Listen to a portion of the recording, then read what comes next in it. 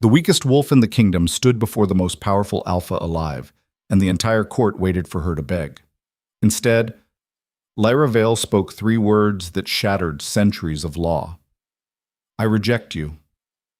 The room went silent. Alphas didn't get rejected, especially not by nobodies, especially not by her. But Lyra had just done the impossible, and what came next would either kill her or reshape their entire world. If you want to see how a rejected outcast becomes the one who changes everything, stay until the end. Drop a comment with your city, hit that like button, and let's dive into this story. The morning Kyle Draven arrived at the border settlement, the sky looked like it was bleeding. Lyra Vale stood at the edge of the crowd, trying to make herself invisible. Not that it took much effort. She'd been perfecting that skill her entire life. In a world where strength meant everything, where your wolf determined your worth, she was the kind of person people looked through rather than at. The settlement of Ashwick wasn't much. A collection of rough stone buildings pressed against the kingdom's edge, where the fertile lands gave way to barren rock and the kind of cold that got into your bones and stayed there. It was where they sent people who didn't fit anywhere else. The weak, the broken, the ones nobody wanted. Lyra fit right in. "Move," someone grunted, shoving past her. She stumbled but caught herself against a wooden post. Nobody apologized. Nobody even noticed. She was used to it. The crowd pressed forward, everyone craning to see the procession coming up the main road. Kyle Draven, Alpha of the Northern Territories, was visiting Ashwick for the first time in living memory. The rumors had been flying for weeks. Inspection, they said. Integration, others whispered. Some thought he was here to shut the settlement down entirely, finally get rid of this embarrassment on his border. Lyra didn't care much either way. Whatever happened, it wouldn't affect her. Things had a way of not affecting her. She existed in the spaces between events, in the gaps where important things happened to important people. "They say he's never lost a challenge," the woman next to her breathed, eyes wide. "Never even been injured in one." "I heard he killed a rogue pack single-handedly last winter," someone else added. "My cousin saw him shift once. Said his wolf is the size of a small house." Lyra tuned them out. She'd heard enough stories about powerful alphas to last a lifetime. They were all the same, strong, ruthless, entitled. Men who took what they wanted and crushed anyone who got in their way. The procession appeared around the bend. Even from a distance, she could feel it. Power. The kind that made the air heavy, that made her wolf, small and weak as it was, want to tuck its tail and run. The crowd went quiet. That particular silence that comes from prey recognizing a predator. Kyle Draven rode at the front, and Lyra hated that the rumors hadn't been exaggerated. He sat his horse like he owned the world, like everything he looked at was his by right. Tall, broad-shouldered, with dark hair, and the kind of face that would have been handsome if it wasn't so cold. He wore his authority like a second skin. Behind him came his guard, 20 wolves, all of them bigger and stronger than anyone in Ashwick. The message was clear. We could end you without breaking a sweat. The settlement's appointed leader, Marcus, stepped forward. He was a beta, the strongest wolf they had, and even he looked diminished next to Kyle.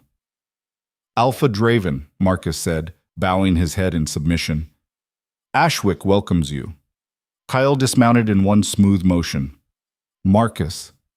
His voice carried across the square without him raising it. Authority, bred into every syllable. "I trust preparations have been made." "Of course, Alpha. The hall is ready for inspection, and—" Later. Kyle's eyes swept across the crowd, and Lyra felt herself shrinking back even though his gaze hadn't landed on her yet. "First, I want to see what I'm working with. Line them up." Marcus hesitated. "Alpha? Everyone with a wolf. Line them up. I want to see what passes for strength in this place." It wasn't a request. The crowd shuffled into something resembling a line, the stronger wolves pushing to the front, the weaker ones, people like Lyra, ending up at the back. She considered slipping away entirely, but guards were already moving through the crowd, making sure everyone complied. Kyle walked down the line slowly, studying each person like they were livestock. Some he nodded at. Others he dismissed with barely a glance. When he reached the weaker wolves, his expression grew cold. "These are Omegas," he said to Marcus. "Why are they still here?" Marcus shifted uncomfortably. "We don't have the resources to—" "Resources?" Kyle's voice could have cut stone. They consume resources, food, space, protection. What do they contribute? They work, Alpha, farming, building, cooking. Any human could do that work. Kale turned back to the line. A wolf pack needs strength. These are parasites. The words hit Lyra like a physical blow. She'd been called weak before, useless, a burden. But parasite? That was new. That was worse. And then it happened. Kael's eyes met hers. The world tilted. It wasn't gradual, wasn't gentle. It was like being struck by lightning and drowned in the ocean at the same time.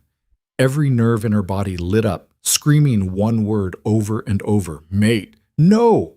No! This wasn't possible. But her wolf, her weak, pathetic wolf that had never been good for anything, surged inside her with a certainty that terrified her. Mine. The bond snapped into place like a chain, like fate, like a prison sentence, and she could see in Kael's face that he felt it too. For just a moment his mask cracked, his eyes widened, his breath caught, and something almost like shock crossed his features. The bond was pulling at him the same way it was pulling at her, trying to drag them together, insisting this was right, this was meant to be.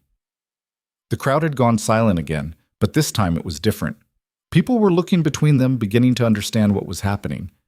Marcus spoke first, his voice careful. Alpha, is something… No. Kael's voice cracked like a whip. His face had gone hard again, harder than before. Absolutely not. Lyra felt the words like a knife between her ribs. He stepped closer to her, and the bond screamed at her to reach for him, to close the distance, to accept what was meant to be. She forced herself to stay still. What's your name? He demanded. Lyra. Her voice came out smaller than she wanted. Lyra Vale. Lyra Vale. He said it like it tasted bad. Do you understand what just happened? She nodded. Speech seemed beyond her. Then you understand, he continued, his voice carrying across the silent square, what I'm about to do. The bond was still there, still pulling, but now it felt like drowning, like being caught in a current too strong to fight. Kael turned to address the entire crowd. By the laws of our kind, I am required to acknowledge when the bond forms, so I acknowledge it. He turned back to Lyra, and his eyes were arctic. And I reject it. I reject you, Lyra Vale. I reject this bond, this connection, this fate. You are not my mate. You will never be my mate. I deny you, now and forever, before all these witnesses. The formal words of rejection. Spoken before the pack, they couldn't be taken back. They were final. The bond didn't snap. That would have been merciful. Instead, it started to tear slowly, like something alive was dying inside her chest. The pain was incredible. People had told her that rejection felt like dying. They hadn't been wrong. She couldn't breathe, couldn't think. The world was spinning, and the only thing anchoring her was the agony radiating from where the bond was being ripped apart. The crowd was murmuring now, some shocked, some pitying, some satisfied. Of course this would happen. Of course the universe would be cruel enough to give her a mate, just so she could know what it felt like to lose one. Marcus stepped forward. Alpha, perhaps we should… This discussion is over, Kael said. The rejection is witnessed and binding. There's nothing more to say. He was already turning away, dismissing her, moving on like she was nothing, like she'd never been anything. And something inside Lyra, something she didn't know she had, caught fire. The pain was still there, still tearing her apart. But underneath it was something else, something hot and fierce and absolutely done with being treated like garbage. Wait. Her voice wasn't loud, but it cut through the murmurs. Kael stopped. What did you say? He didn't turn around. Lyra straightened up. Her body was shaking. Her wolf was howling in agony, but she forced the words out anyway. I said, wait. You don't get to just walk away. Now he turned. The look on his face would have sent anyone else running. Excuse me? The rejection has to be mutual. The words came from somewhere deep, somewhere she didn't know existed. By law, you rejected me. Fine. But I have to accept that rejection for it to be complete. The crowd's murmur turned into actual conversation. People were pulling out phones, checking sources, arguing. Because she was right. The law was old, barely ever invoked because who would refuse to accept a rejection? But it was there. Kael's expression could have melted steel. You're going to accept it, obviously. No, Lyra said, and the word felt like power. I'm not. You can't be serious. You can't. I reject you too. The words came easier now. Kael Draven, I reject you as my mate. I reject this bond. I deny you now and forever, before all these witnesses. The crowd erupted. Because this had never happened. An alpha being rejected by an omega. A nobody throwing rejection back in the face of one of the most powerful wolves in the kingdom. Kael looked like she'd slapped him. Do you understand what you've just done? Probably not entirely, Lyra admitted. Her whole body was shaking now, adrenaline and terror and something that might have been exhilaration.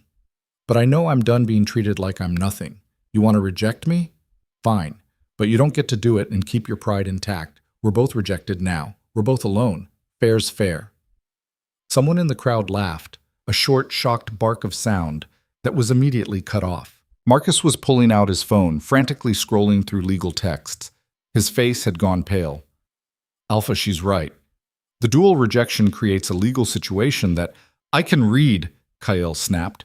But his eyes were still on Lyra, and there was something new in them now. Not respect, nothing that kind, but acknowledgement. She'd surprised him. She'd made him actually see her. She'd made a very powerful enemy. This isn't over, he said quietly. I figured. He stepped closer, close enough that she could feel the heat of him, could smell earth and pine and something wild. The bond was still there, still tearing itself apart, but now it was confused. Mutual rejection wasn't supposed to happen. The magic didn't know what to do. You think you're clever, Kael said, his voice low enough that only she could hear. You think you've won something, but all you've done is make yourself a target. I was already nothing, Lyra replied, surprised by how steady her voice was. How much worse can it get? His laugh was sharp and completely humorless. You're about to find out. He turned to Marcus. I want a full report on the legal implications of this by morning, and I want her confined until we sort out what happens next. Confined? Lyra felt the first real flutter of fear. You can't. I'm the alpha of the Northern Territories. I can do whatever I want. He looked at her one more time, and his eyes were empty. You should have just accepted the rejection, Lyra Vale. You should have taken your pain and gone home and lived your small life. But you wanted to make a point. Fine. Let's see how much it costs you. 2 guards moved forward, taking her by the arms. Not rough, but not gentle either. The crowd parted as they led her away. Some people looked sympathetic. Others looked angry. How dare she embarrass an alpha like that? Most just looked uncomfortable, like they'd witnessed something that was going to have consequences nobody could predict. They put her in one of the old storage buildings at the edge of the settlement. Not quite a cell, but close enough. 1 room, 1 window too small to climb through, 1 door with a guard outside. When they left her alone, the shaking started for real. What had she done? Lyra sank down against the wall, wrapping her arms around herself. The bond was still there, still dying slowly, and the pain was getting worse. But underneath it was something else, something she'd never felt before. She'd stood up for herself. She'd looked one of the most powerful alphas in the kingdom in the eye and said no. She'd done the impossible, and now she was probably going to pay for it for the rest of her life, however long that turned out to be. Outside, she could hear raised voices, arguments. The settlement was in chaos, and it was her fault. Her wolf was quiet now, exhausted from the bond trauma. But there was something in its silence that felt less like weakness and more like waiting. Hours passed. The sun began to set, painting the sky in shades of red and gold. Beautiful for the end of everything. The door opened. Lyra looked up, expecting guards or Marcus or maybe Kael coming to tell her exactly how thoroughly she'd destroyed her life. Instead, it was Emma, one of the other Omegas from the settlement. She was carrying a tray of food and her face was tight with worry. 5 minutes, the guard said from outside. That's all you get. Emma set the tray down and sat next to Lyra. Are you insane? She whispered. Probably. Do you know what you've done? The legal mess this creates? Marcus has been on calls with the council for hours. They're saying... She stopped, looking scared. Saying what? That the dual rejection creates a challenge situation. That because you both rejected each other in front of witnesses, the bond can't just die. It has to be resolved. Lyra's stomach dropped. Resolved how? Nobody's sure. The law hasn't been invoked in centuries, but they're talking about trials or challenges. Or, Emma grabbed her hand. Lyra, they're talking about exile, about stripping you of pack status entirely. I barely have pack status to begin with. You don't understand. No pack status means no protection, no rights. You'd be rogue, and rogues can be killed on sight in most territories. You'd have nowhere to go. The food on the tray, bread, cheese, some kind of stew, suddenly looked nauseating. There has to be another option, Lyra said, but her voice was hollow. There is. Emma's grip tightened. Accept the rejection, publicly. Apologize. Beg his forgiveness. Maybe he'll be merciful. Lyra thought about it. Really thought about it. Going back out there, getting on her knees, telling Cale Draven that he was right, that she was nothing, that she accepted her place as less than. Living the rest of her life knowing she'd had one moment of courage and she'd given it up. No, she said quietly. Lyra, I can't. She looked at Emma, this woman who'd been kind to her when nobody else was, who was risking the guard's anger just to bring her food. I've spent my entire life being invisible, being nothing. Today, for just a few minutes, I was somebody. I mattered. I can't take that back. Emma's eyes filled with tears. Then they're going to destroy you. Probably. They sat in silence for a moment. Outside, the settlement was quieting down as night fell. Normal life resuming, even in the middle of chaos. Time's up, the guard called. Emma stood, wiping her eyes. I'll try to visit again. Bring you news. Thank you. At the door, Emma paused. For what it's worth. What you did today. It was brave. Stupid, but brave. Then she was gone. Lyra picked at the food, forcing herself to eat even though everything tasted like ash. She needed her strength. Whatever came next, she'd need every bit of strength she had. Night fell completely. Through the small window, she could see stars appearing, cold and distant. The bond in her chest was quieter now, the pain settling into a dull, constant ache, like a wound that would never quite heal. She must have dozed off eventually because the next thing she knew, it was dawn, and someone was unlocking the door. Marcus entered, looking like he hadn't slept. Behind him were two guards and a woman Lyra didn't recognize. Severe face, expensive clothes, the bearing of someone important. Lyra Vale, the woman said. My name is Counselor Vera. I'm here to inform you of the legal ruling regarding your situation. Lyra stood, trying not to show how terrified she was. Vera pulled out a tablet, reading from it in a flat, official voice. The dual rejection between yourself and Alpha Cale Draven has created an unprecedented legal situation. After consultation with Council Archives and historical precedent, we've determined the following. The bond cannot be allowed to remain in limbo. It must be either completed or completely severed. How?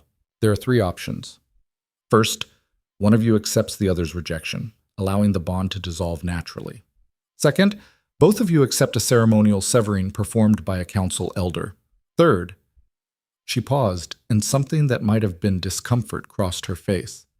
Third, you engage in a formal challenge, with the victor determining the final status of the bond. A challenge. Omega versus Alpha, Lyra versus Cale. It would be a slaughter. Alpha Draven has chosen the third option, Vera continued. He has formally challenged you to ritual combat, to take place in 3 days' time. The room spun. That's insane. I can't fight him. I can't fight any Alpha. Then you should choose one of the other options. And if I don't choose any of them? Vera's expression was genuinely sympathetic now. Then the council will be forced to declare you rogue and exile you from all protected territories. You'll have 24 hours to leave the kingdom entirely. There it was.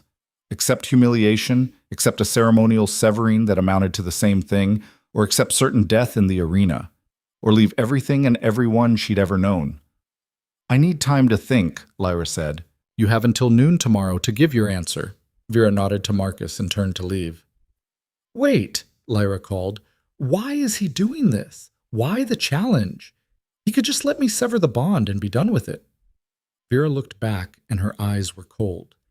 Because you embarrassed him. You made him look weak in front of witnesses. He's not doing this for the bond, girl. He's doing it to make an example of you, to show everyone what happens when you defy an alpha." Then she was gone, and Lyra was alone with Marcus. The settlement leader looked at her for a long moment. "You really stepped in it this time." "I know. What are you going to do?" Lyra walked to the window, looking out at the settlement. Her prison, her home, the only place she'd ever been. Beyond it, the wasteland stretched to the horizon. Beyond that, territories where she'd be killed on sight. "I don't know," she admitted. "What would you do?" Marcus was quiet. Then, "Honestly, I'd probably choose exile. At least you'd be alive." "Alive and alone, alive and running forever." "Better than dead." Was it, though? Lyra wasn't sure anymore. The day passed in a blur. Emma came back with more food, more frightened whispers about what people were saying. The whole kingdom had heard about it now, the Omega who rejected an Alpha. Some were calling her brave. Most were calling her insane. Kaelt come. She'd half expected him to gloat or threaten, or try one more time to make her back down. But there was nothing. Just silence and waiting. That night, lying on the rough cot they'd provided, Lyra stared at the ceiling and tried to figure out who she was. A nobody, a weakling, a burden. That's what she'd always been told. But today, yesterday, now, she'd been something else. She'd been defiant, strong, brave, even if it was a stupid kind of bravery. Which one was real? Her wolf stirred inside her, still weak, still damaged from the bond trauma. But there was something in its movement that felt different, like it was waiting for her to decide something important. Dawn came too fast. Marcus arrived at mid-morning, his face grim. "It's almost noon, Lyra. What's your answer?" She'd been awake all night, thinking, weighing her options, trying to find a way out that didn't end with her destroyed. There wasn't one. But that was okay, because somewhere during the night, she'd realized something. She'd already been destroyed. Her old life, her old self, the Lyra who accepted being nothing, that person was already gone. Killed the moment she opened her mouth and said, "I reject you too." So what did she have to lose? "Tell them," she said, her voice steady, "that I choose the challenge." Marcus's eyes went wide. "Lyra, that's suicide." "Probably. You can't beat him. You can't beat any alpha. You're going to die." "Maybe." She met his eyes. "But I'm going to die as somebody who refused to back down, somebody who looked power in the face and didn't blink. That's worth something, isn't it?" Marcus stared at her like he'd never seen her before. Maybe he hadn't. Maybe nobody had. "You're insane," he said finally. "Yeah," Lyra agreed. "I'm starting to think that might be my best quality." He left to deliver her answer. Through the window, she heard the news spread through the settlement. Shock, disbelief, and something that might have been respect. The Omega had chosen to fight. Everyone knew how it would end, but at least it would be interesting. That afternoon, they moved her to better quarters, some kind of formality about challenge participants being treated with respect. The room had an actual bed, a bathroom, even books on a shelf. It was still a prison. 3 days. She had 3 days to prepare for a fight she couldn't win. 3 days to live.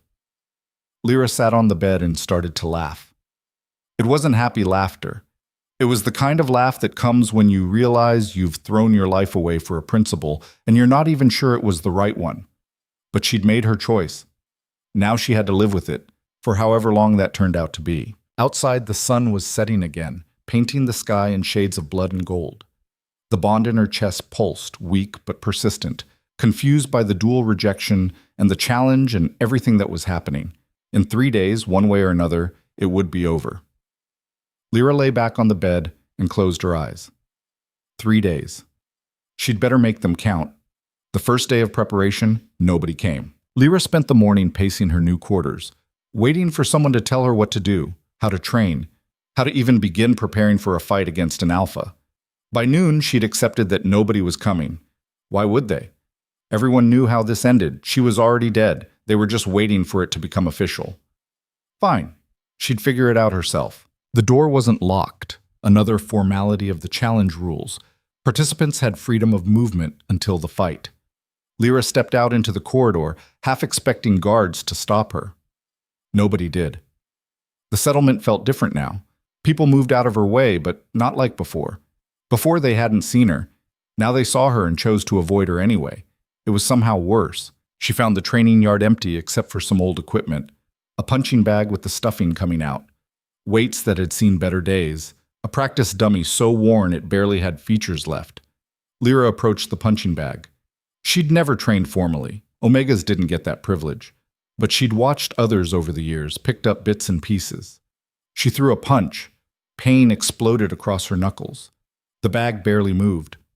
"You're doing it wrong." Lyra spun. A man leaned against the fence, maybe 30, with scars crossing his face and the build of someone who'd spent a lifetime fighting.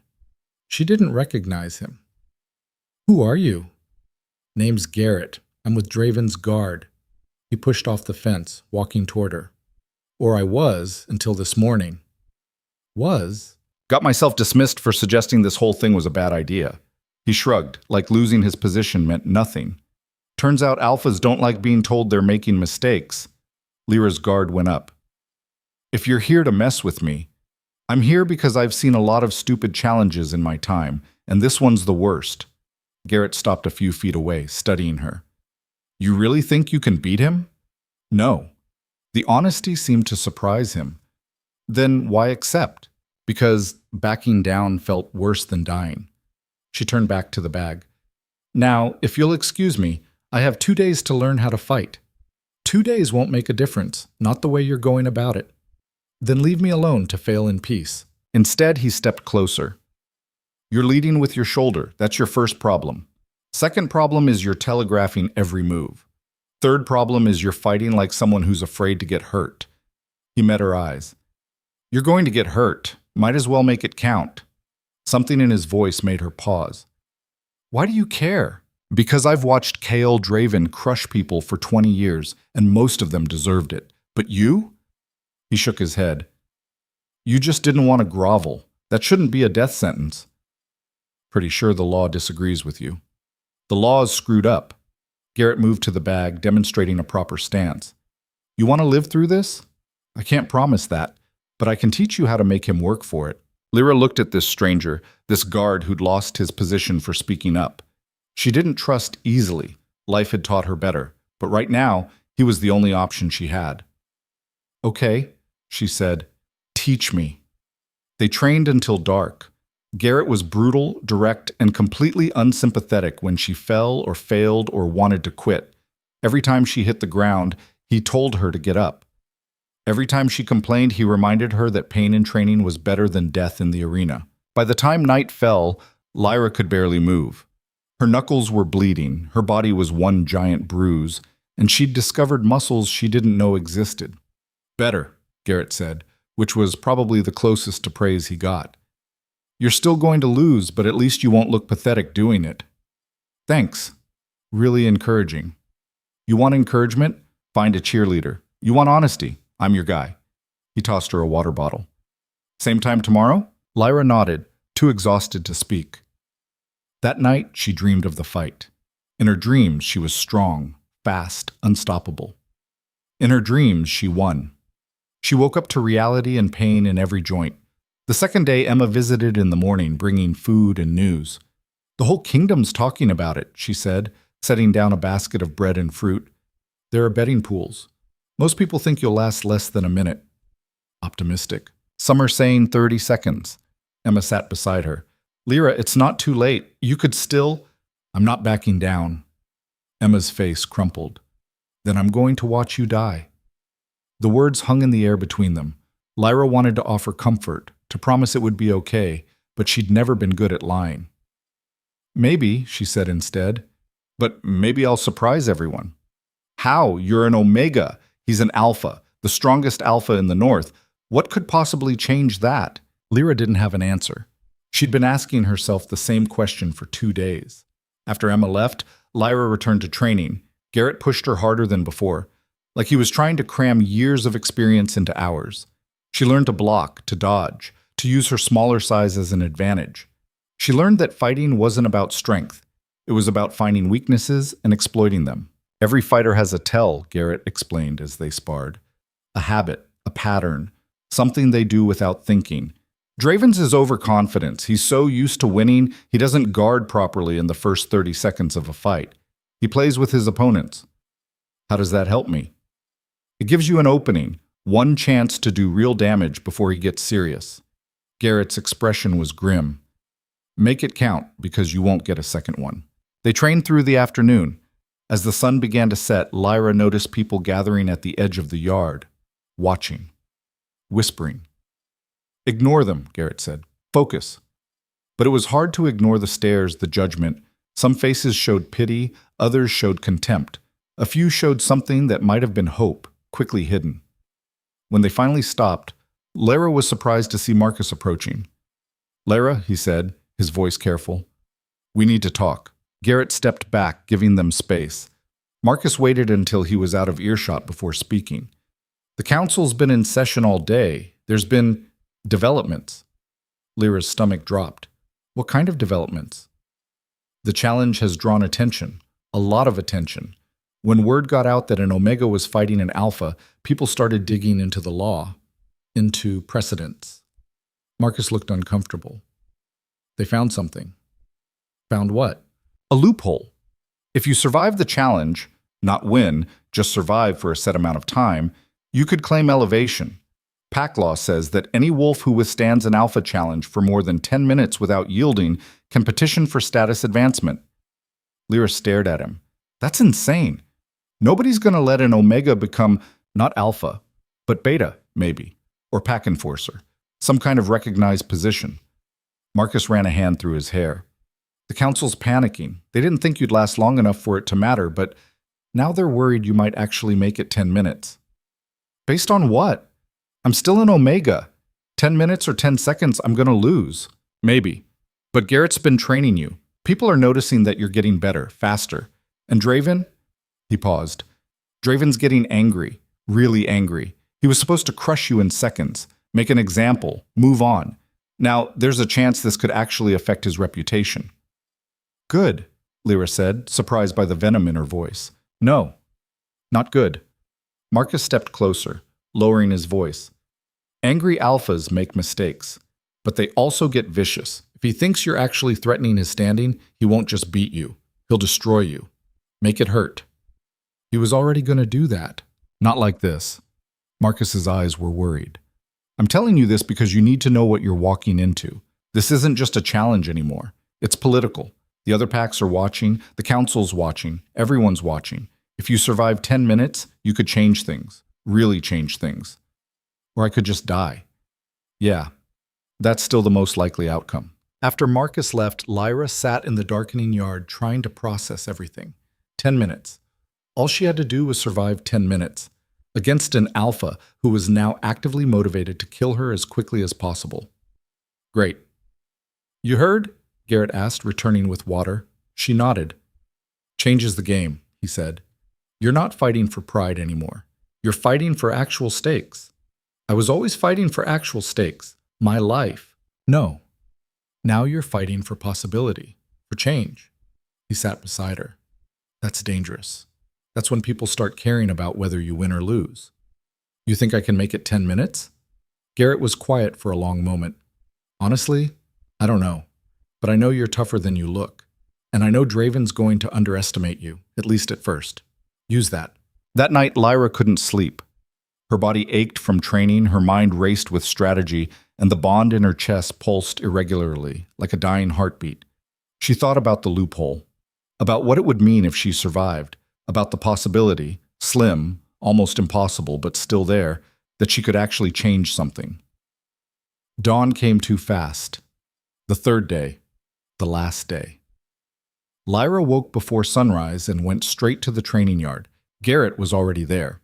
Couldn't sleep either? She asked. Haven't slept in 2 days. He tossed her practice gloves. One more session. Let's make it count.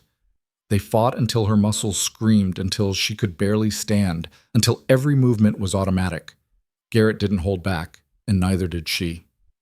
Good, he said when they finally stopped.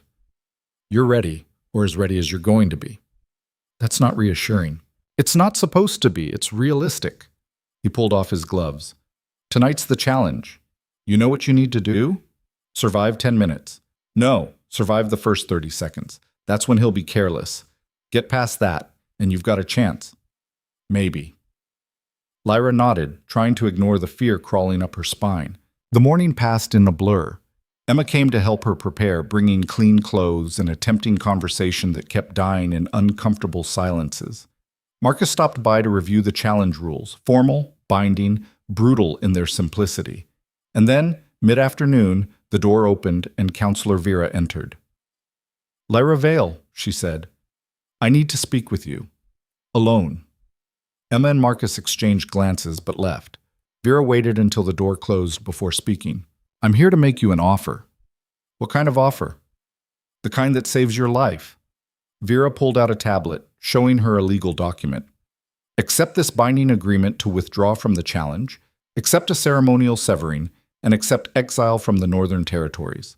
In exchange, we'll provide you safe passage to the Western Kingdoms and enough money to start over." Lyra scanned the document. It was generous, actually. More than generous. Suspicious. Why? Because this challenge has become a problem. The attention it's drawing, the legal questions it's raising, it's destabilizing. Better for everyone if it just goes away. Better for Cale Draven, you mean? Vera's expression didn't change. Better for the system. You're smart enough to understand the difference. And if I refuse? Then you fight tonight, and you die tonight. Make no mistake about that. Vera leaned forward. "I've watched alpha challenges for 30 years. I've never seen an Omega survive one. The law might say 10 minutes gives you elevation rights, but you won't make it 10 minutes. You'll be lucky to make it 2. Garrett thinks I have a chance." Garrett's been dismissed from service and is facing disciplinary action for interfering with council business. His opinion is irrelevant. Vera tapped the tablet. "This is your last chance to walk away with your life. Take it." Lyra looked at the document. At the promise of safety, of a future, of escape. It would be so easy to sign, to choose life over pride. She thought about the Omega she'd been 3 days ago. The invisible girl who accepted her place, who never caused trouble, who existed in the spaces between important things. That girl would have signed. "No," Lyra said. Vera's jaw tightened. "You're making a mistake." "Probably. But it's my mistake to make. The council won't forget this. Win or lose, and you will lose, you've made powerful enemies. I made a powerful enemy the moment I rejected Cale Draven. This doesn't change anything." Vera stood, tucking the tablet away. "Then I hope you're ready to face the consequences." After she left, Lyra sat in silence, wondering if she'd just signed her death warrant. Then again, she'd probably done that 3 days ago. This was just making it official. Emma returned, her face pale. "Did she offer you an out?" "Yeah." "And you turned it down?" "Yeah." Emma sat beside her, taking her hand. "You're either the bravest person I've ever met, or the stupidest. Can it be both?" They sat together until the sun began to set. Until the bells rang, signaling that the challenge was about to begin. The arena was packed. Lyra had expected a crowd, but this was something else. Hundreds of people, maybe thousands, packed into the old amphitheater at the edge of the settlement. Some had traveled from other territories just to watch. The betting pools Emma had mentioned were apparently legendary. They led her through a tunnel under the arena, the sound of the crowd growing louder with each step. Her escort was silent, professional. They probably thought she was walking to her execution. They were probably right. The tunnel opened onto the arena floor. The evening sun painted everything gold and red, like the sky itself was bleeding. The crowd noise hit her like a physical force, cheering, jeering, chanting. Across the arena, another tunnel opened. Cale Draven stepped out. The crowd went insane. He looked like every nightmare she'd had over the past 3 days. Bigger than she remembered, moving with the confidence of someone who'd never lost a fight in his life. His eyes found her across the distance, and she saw no mercy there. No hesitation, just the cold promise of destruction. Counselor Vera stood in the center of the arena, her voice magically amplified. "We are here to witness a formal challenge issued by Alpha Cale Draven and accepted by Lyra Vale. The challenge will continue until one party yields, is incapacitated, or dies. There are no other rules, there is no other mercy. The crowd roared approval. Fighters, approach. Lyra's legs felt like water, but she forced them to move. Kale met her in the center, standing so close she could feel the heat of his power. Last chance, he said, his voice too low for anyone else to hear. Yield now, and I'll make it quick. No. Then I hope you're ready for pain. Vera raised her hand. Begin on my mark. 3, 2, 1. The hand dropped. Kael moved. Lyra had known he'd be fast, but knowing and experiencing were different things. He closed the distance in a heartbeat, his fist already swinging toward her face. 30 seconds. Garrett's voice in her head. He'll be careless for 30 seconds. Lyra dropped and rolled, feeling the air displacement as Kael's fist passed through the space where her head had been. The crowd gasped. She'd actually dodged an alpha's first strike. She came up in a defensive stance, everything Garrett had taught her flowing through muscle memory. Block. Move. Don't be where he expects you to be. Kael's second attack was faster, a combination that should have ended the fight. Should have. But Lyra twisted, blocked the first hit with her forearm, pain exploding through the bone, but holding, and ducked under the second. 5 seconds. She'd survived 5 seconds. Lucky, Kael growled, and came at her again. This time she couldn't dodge completely. His fist caught her shoulder and she felt something crack. The impact sent her sprawling, pain white hot and immediate. The crowd roared. This was what they'd come for. Blood. Lyra rolled to her feet, favoring her injured shoulder. 10 seconds, maybe. The 30-second mark was still far away. Kael stalked toward her, and she saw it, the overconfidence Garrett had mentioned. He thought this was over, thought she was done. She waited until he was close, until he committed to another devastating strike. Then she moved. Not away this time. Toward. Inside his guard, where his size was a disadvantage.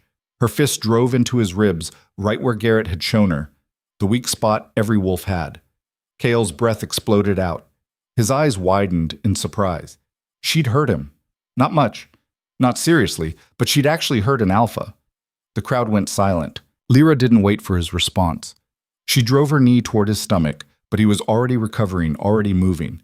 His hand caught her leg, and then she was flying, tumbling across the arena floor. This time when she hit the ground, something definitely broke. Ribs, maybe. Everything hurt too much to tell. But she got up anyway.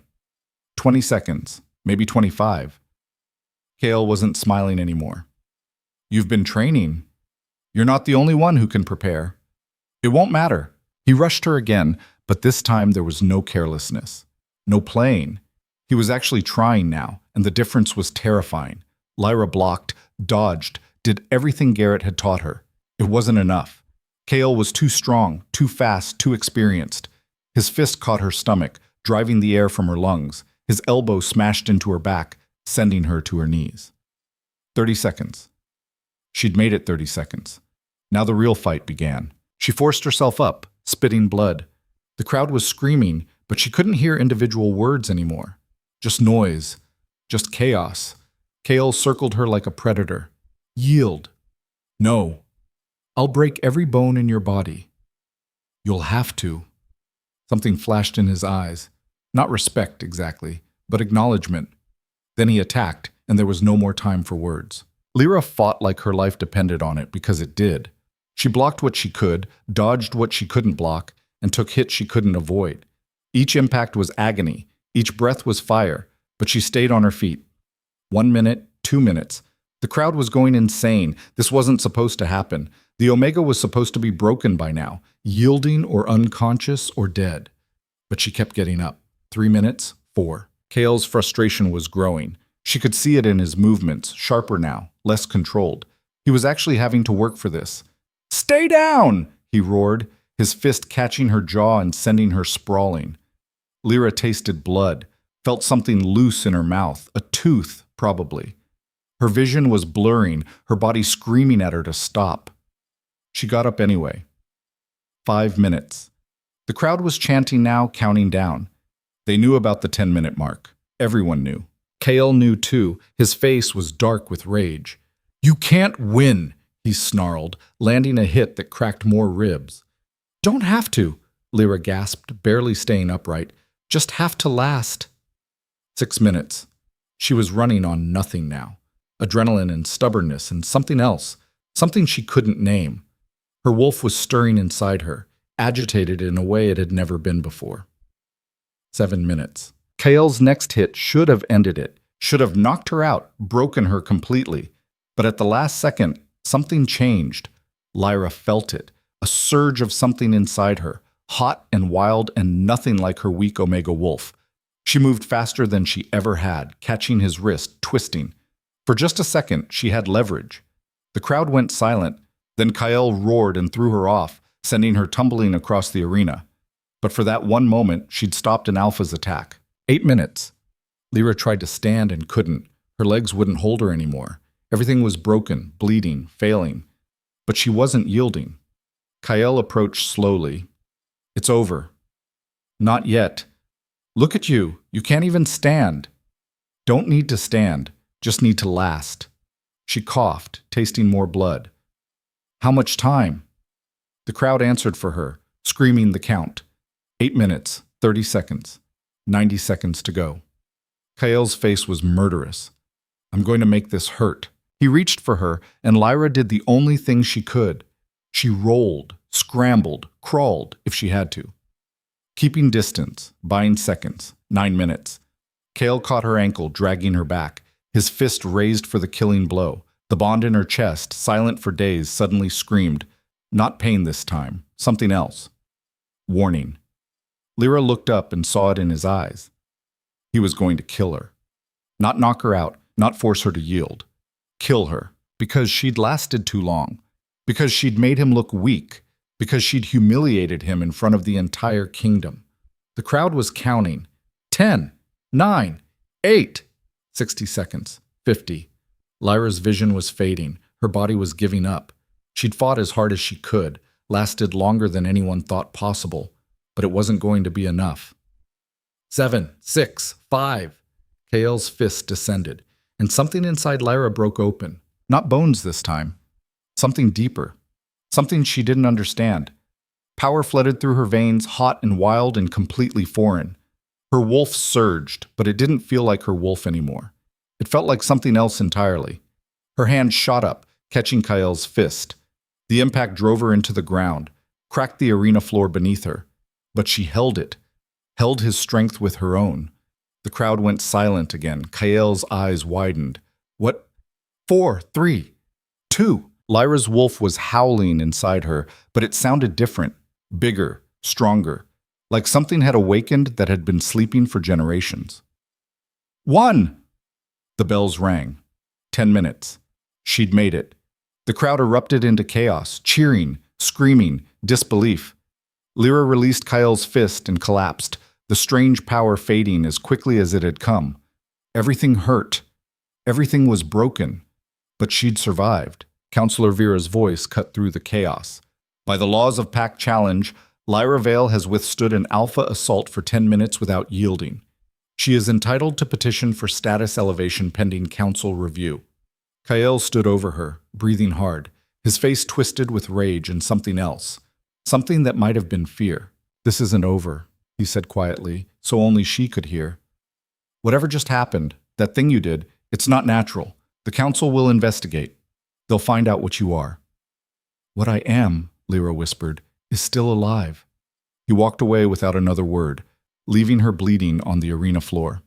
Medical staff rushed forward, but Lyra waved them off. She needed to stand, needed to walk out of here on her own feet, or whatever had she just won would be meaningless. It took everything she had, but she stood. The crowd went insane again, and this time it wasn't mockery. It was awe.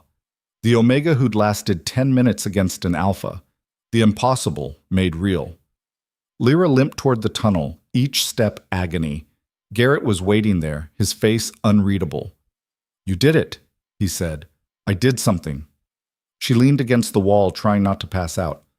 "What was that? At the end?" "I don't know, but whatever it was, Draven felt it too, and he's scared.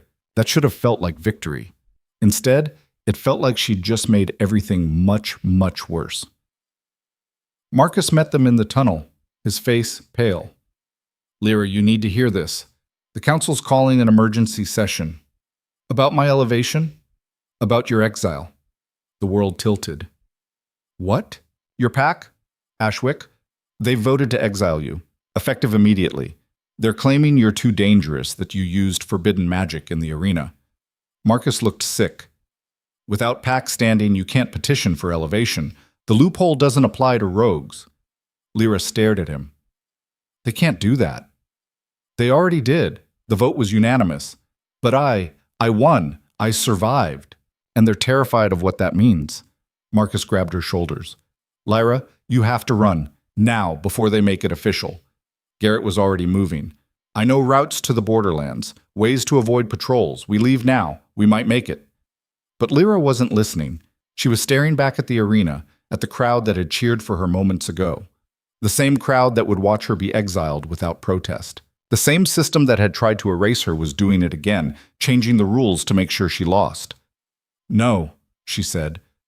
Lyra, I said no. She straightened up, ignoring the screaming pain in her ribs. I'm not running. I'm done running. Then what are you going to do? Marcus demanded. Lyra thought about Kael's face when she'd caught his fist, the fear in his eyes, the power that had flooded through her, foreign and ancient and absolutely not normal. I'm going to challenge him again, she said. Not to a time limit this time. To a fight to the death. The tunnel went silent. That's suicide, Garrett said. Maybe, but at least this time I'll die on my own terms. She looked at them both. And if I win, you can't win. If I win, she continued, the exile becomes irrelevant. The winner of a death challenge takes everything from the loser. Territory, status, pack, everything. Marcus's eyes went wide. You can't be serious. Do I look like I'm joking? She didn't wait for an answer. Lyra turned and limped back toward the arena, toward the crowd, toward the council and Kael and the entire system that wanted her gone. She'd survived 10 minutes. Now she was going to bet everything on being able to survive just a little bit longer. She'd survived 10 minutes. Now she was going to bet everything on being able to survive just a little bit longer. The arena fell silent as Lyra limped back through the tunnel entrance. Blood dripped from her mouth. Her ribs screamed with every breath, but she kept moving. The crowd parted like water, staring at her like she'd risen from the dead. Maybe she had. Lyra, stop! Marcus grabbed her arm, but she shook him off. Where is he? Her voice carried across the arena, rough and damaged, but clear. Where's Kael Draven? The crowd's murmur grew louder. Kael stood near the council's platform, speaking with Vera and two other counselors. He turned at the sound of his name, his expression unreadable. Lyra forced herself to walk straight, to hide the limp, to pretend her body wasn't screaming at her to lie down and never get up. She stopped in the center of the arena, in the same spot where they'd started the first challenge. I invoke the right of blood challenge, she said, her voice magically amplified by the arena's acoustics. Kael Draven, I challenge you to a fight to the death. The silence shattered into chaos. People were shouting, arguing, some cheering, some cursing. The counselors looked like they'd been slapped. And Kael just stared at her with something that might have been respect or might have been fury. Maybe both. You can't be serious, Vera said, her voice cutting through the noise. You're barely standing. You've just survived one challenge. This is suicide. Then it's my suicide to commit. Lyra turned to face the council platform. Pack law is clear. Any wolf can issue a blood challenge to any other wolf, regardless of rank. The challenged must accept or forfeit all status and territory. She's right, one of the other counselors said reluctantly. The law is explicit. The law assumes both parties are capable of fighting, Vera shot back. Look at her. She's half dead already. I'm standing, Lyra said. That's all the law requires. Kael stepped forward, and the crowd quieted again. He studied her for a long moment, his eyes cataloging every injury, every weakness. Then he smiled, and it was the coldest thing Lyra had ever seen. You want to die that badly? I want to stop being treated like something you can throw away when it becomes inconvenient. You think winning will change that? You think killing me, if you even could, would make them accept you? He gestured to the crowd. They'll always see you as less. Always. Maybe, but at least I'll have tried. Something flickered across his face. Not sympathy, nothing that kind. But understanding, maybe. like he recognized something in her that he thought was uniquely his. When? He asked. Now. You're insane. Probably. Do you accept or not? Kyle looked at the council, at his guards, at the crowd waiting for his answer. Refusing would brand him a coward, strip him of everything he'd built. But accepting meant fighting an Omega who'd just done the impossible, who'd caught his fist when she should have been dead. An Omega who'd felt like an alpha for just a moment. I accept, he said, but not now. You can barely stand, and I won't have anyone say I won because you couldn't fight properly. He turned to Vera. 3 days. Give her 3 days to heal. That's not... Vera started. 3 days, Kale repeated, his voice carrying the weight of absolute authority. Or I withdraw from the challenge entirely and cede my territory to her right now. The crowd exploded again. Ceding territory was unthinkable, but so was everything else that had happened in the last 10 minutes. Vera's face was a mask of barely controlled rage. The council will need to convene, then convene. You have 3 days. Kyle looked back at Lyra. Heal fast. When we fight again, I want you at full strength. I want there to be no doubt about the outcome. He walked away, his guards falling in behind him. The crowd started to disperse, already spreading the news, already placing new bets. Lyra stood in the center of the arena until her legs finally gave out. Garrett caught her before she hit the ground. That was either brilliant or the stupidest thing I've ever seen, he muttered, half carrying her toward the medical tent. Can it be both? With you, apparently. The medical tent was chaos. Healers rushed around, arguing about treatment, about whether anything could fix her in 3 days.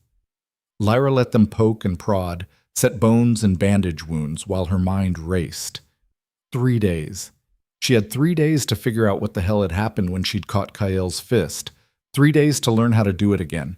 3 days to become something she wasn't. Emma appeared beside the cot, her face streaked with tears. What were you thinking? I wasn't. That's kind of the problem. They're going to kill you. The pack exile still stands, and now you've challenged an alpha to the death. You're going to die, Lyra. Really die this time. Maybe not. What happened out there, at the end? Emma's voice dropped to a whisper. People are saying you moved like an alpha, that you stopped his attack with strength that shouldn't exist. Lyra looked at her hands. They looked normal, weak, exactly like they always had. I don't know, she admitted. Something changed, just for a second. Can you do it again? I have no idea. The healers finished their work and left them alone. Lyra stared at the tent ceiling, feeling every injury, every broken bone, every bruise. Her body was wrecked. 3 days wouldn't be enough to heal, not fully, but it would have to be. Marcus entered the tent, his face grim. We need to talk, privately. Emma squeezed Lyra's hand and left. Marcus waited until they were alone before speaking. The pack exile vote? It wasn't unanimous. You said, I lied. 3 people voted against it. Emma, Garrett, and someone else. Someone who wants to meet with you. Who? Can't say. Not here. Too many ears. Marcus pulled out a scrap of paper with an address. Midnight. Come alone. I can barely walk. Then crawl. This is important. He paused at the tent entrance. Lyra, there are things about you, about your bloodline, that you don't know. Things people have worked very hard to keep buried, but after what happened in that arena, secrets are starting to surface. What kind of secrets? The kind that get people killed for knowing too much. He slipped out before she could ask anything else. Lyra lay there, turning the paper over in her hands. Every instinct screamed that this was a trap, that whoever wanted to meet her wanted to finish what Kyle had started. But what choice did she have? At midnight, Lyra dragged herself out of the medical tent. The settlement was quiet, most people asleep or pretending to be. She followed the address to an old building on the edge of town, one of the original structures from when Ashwick was first settled. The door was unlocked. Inside, a single candle lit a room full of dust and forgotten things.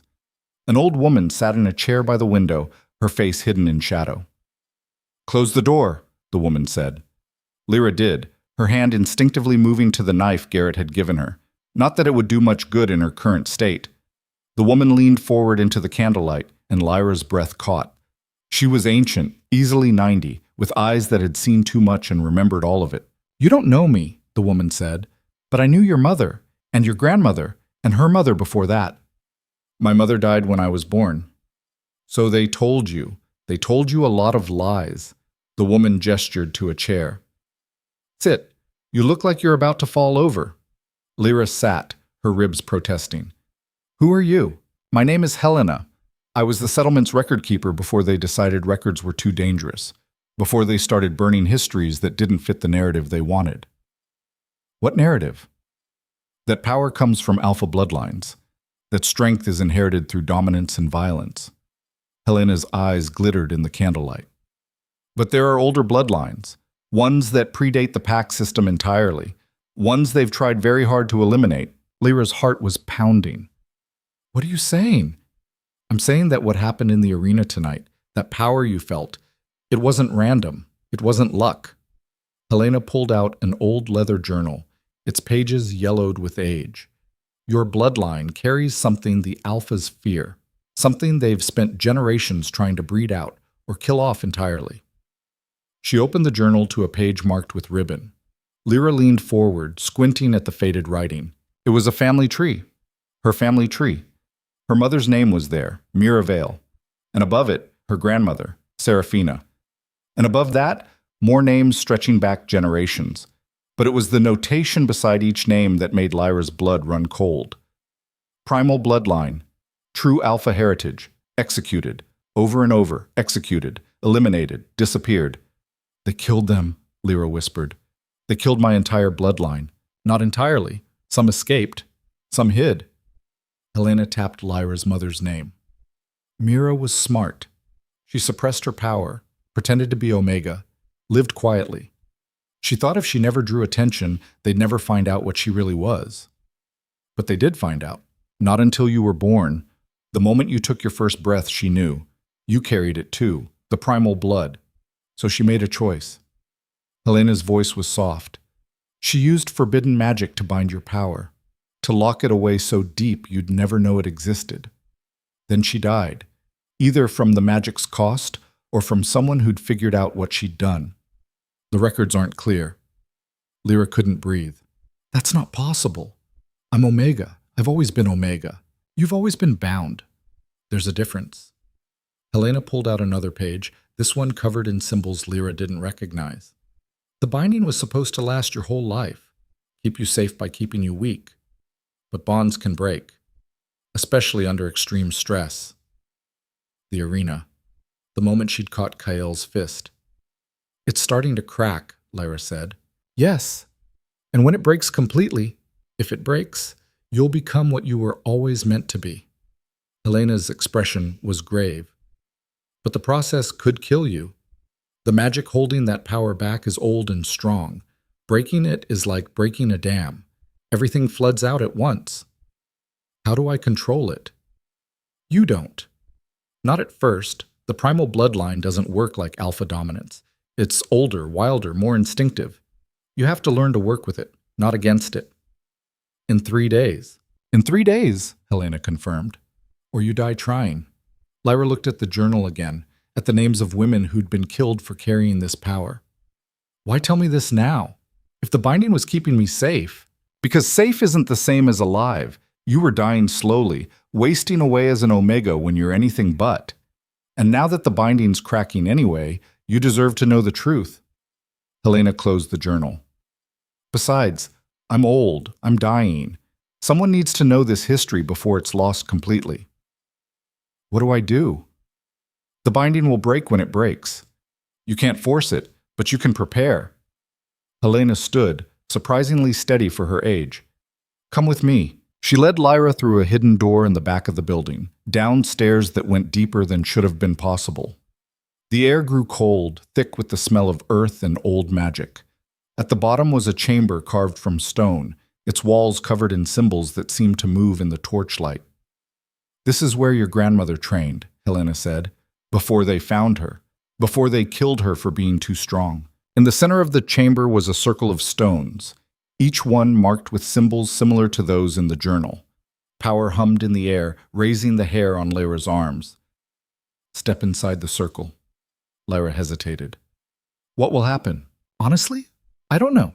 The binding might resist, might try to protect itself, But if you want any chance of surviving that fight, you need to start breaking it down now, carefully, deliberately, before it shatters on its own and destroys you from the inside out. Lyra thought about Emma's face when she'd accepted the death challenge, about Garrett risking everything to train her, about every person who'd ever looked through her like she was nothing. She stepped into the circle. The world exploded. Pain ripped through her, worse than anything in the arena. It felt like her bones were reforming, her blood burning, her very soul being torn apart and rewritten. The binding her mother had created fought back, trying to keep the power locked away, trying to keep her safe. But Lyra was done being safe. She screamed, falling to her knees as something inside her began to crack. Not her body, something deeper. The cage her mother had built around her power. Images flashed through her mind. Her mother, young and strong, her eyes glowing with power as she worked the binding spell. Her grandmother fighting 3 alphas at once and winning. Further back, women whose names she didn't know, but whose strength she could feel in her blood. This was her legacy, not weakness, power. The binding cracked wider. Lyra's wolf surged, but it wasn't the small, pathetic thing she'd always known. It was massive, primal, ancient. It howled inside her with a voice that shook the chamber. "Fight it!" Helena shouted. "Don't let it consume you. Master it, or it will destroy you." But Lyra didn't know how to master something she'd never felt before. The power was too much, too wild, flooding through channels that had been empty her entire life. She was drowning in it. Her vision went white. Her body convulsed. Distantly, she heard Helena chanting something, felt hands on her shoulders, but it was all fading. The last thing she thought before darkness took her was that her mother had been right. This power was too dangerous. It was going to kill her. She woke to agony. Every nerve was on fire. Every muscle felt like it had been shredded and rebuilt wrong. Lyra opened her eyes to find herself still in the chamber, lying on cold stone. Helena sat beside her, looking exhausted. "You've been out for 6 hours. What happened?" "The binding cracked. Not completely, but enough. Your body is trying to adjust to having access to power it's never had before." Helena helped her sit up. "How do you feel?" Lyra took inventory. The injuries from the arena were still there, still painful, but underneath was something else. Strength.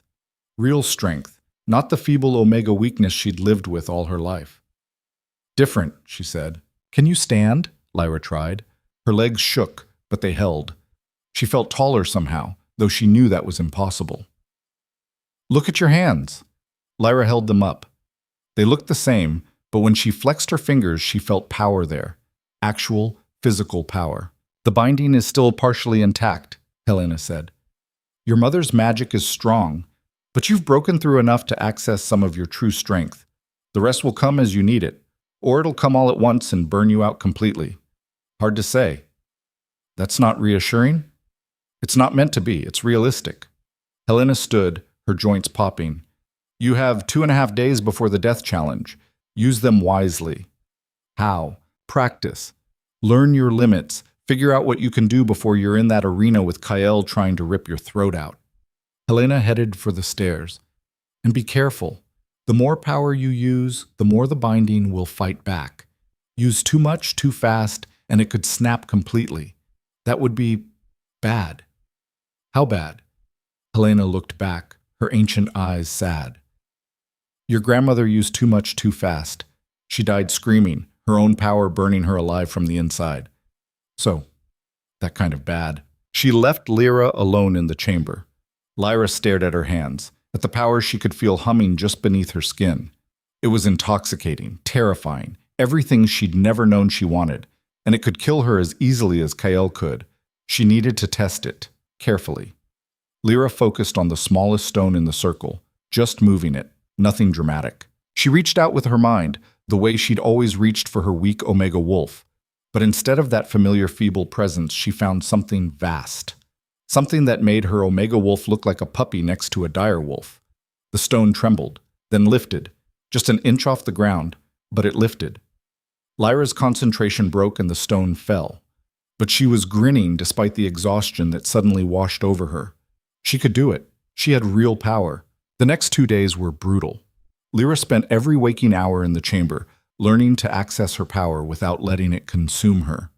Helena coached her through it, teaching her techniques her grandmother had used, helping her understand the balance between using the power and being used by it. Garrett visited when he could, bringing food and news. The settlement was in chaos. The council was meeting constantly, trying to figure out legal loopholes. Kale was training, preparing to end her permanently, and people were choosing sides. Some think you're a hero, Garrett said on the second day, standing up to the system. Others think you're an abomination that needs to be put down.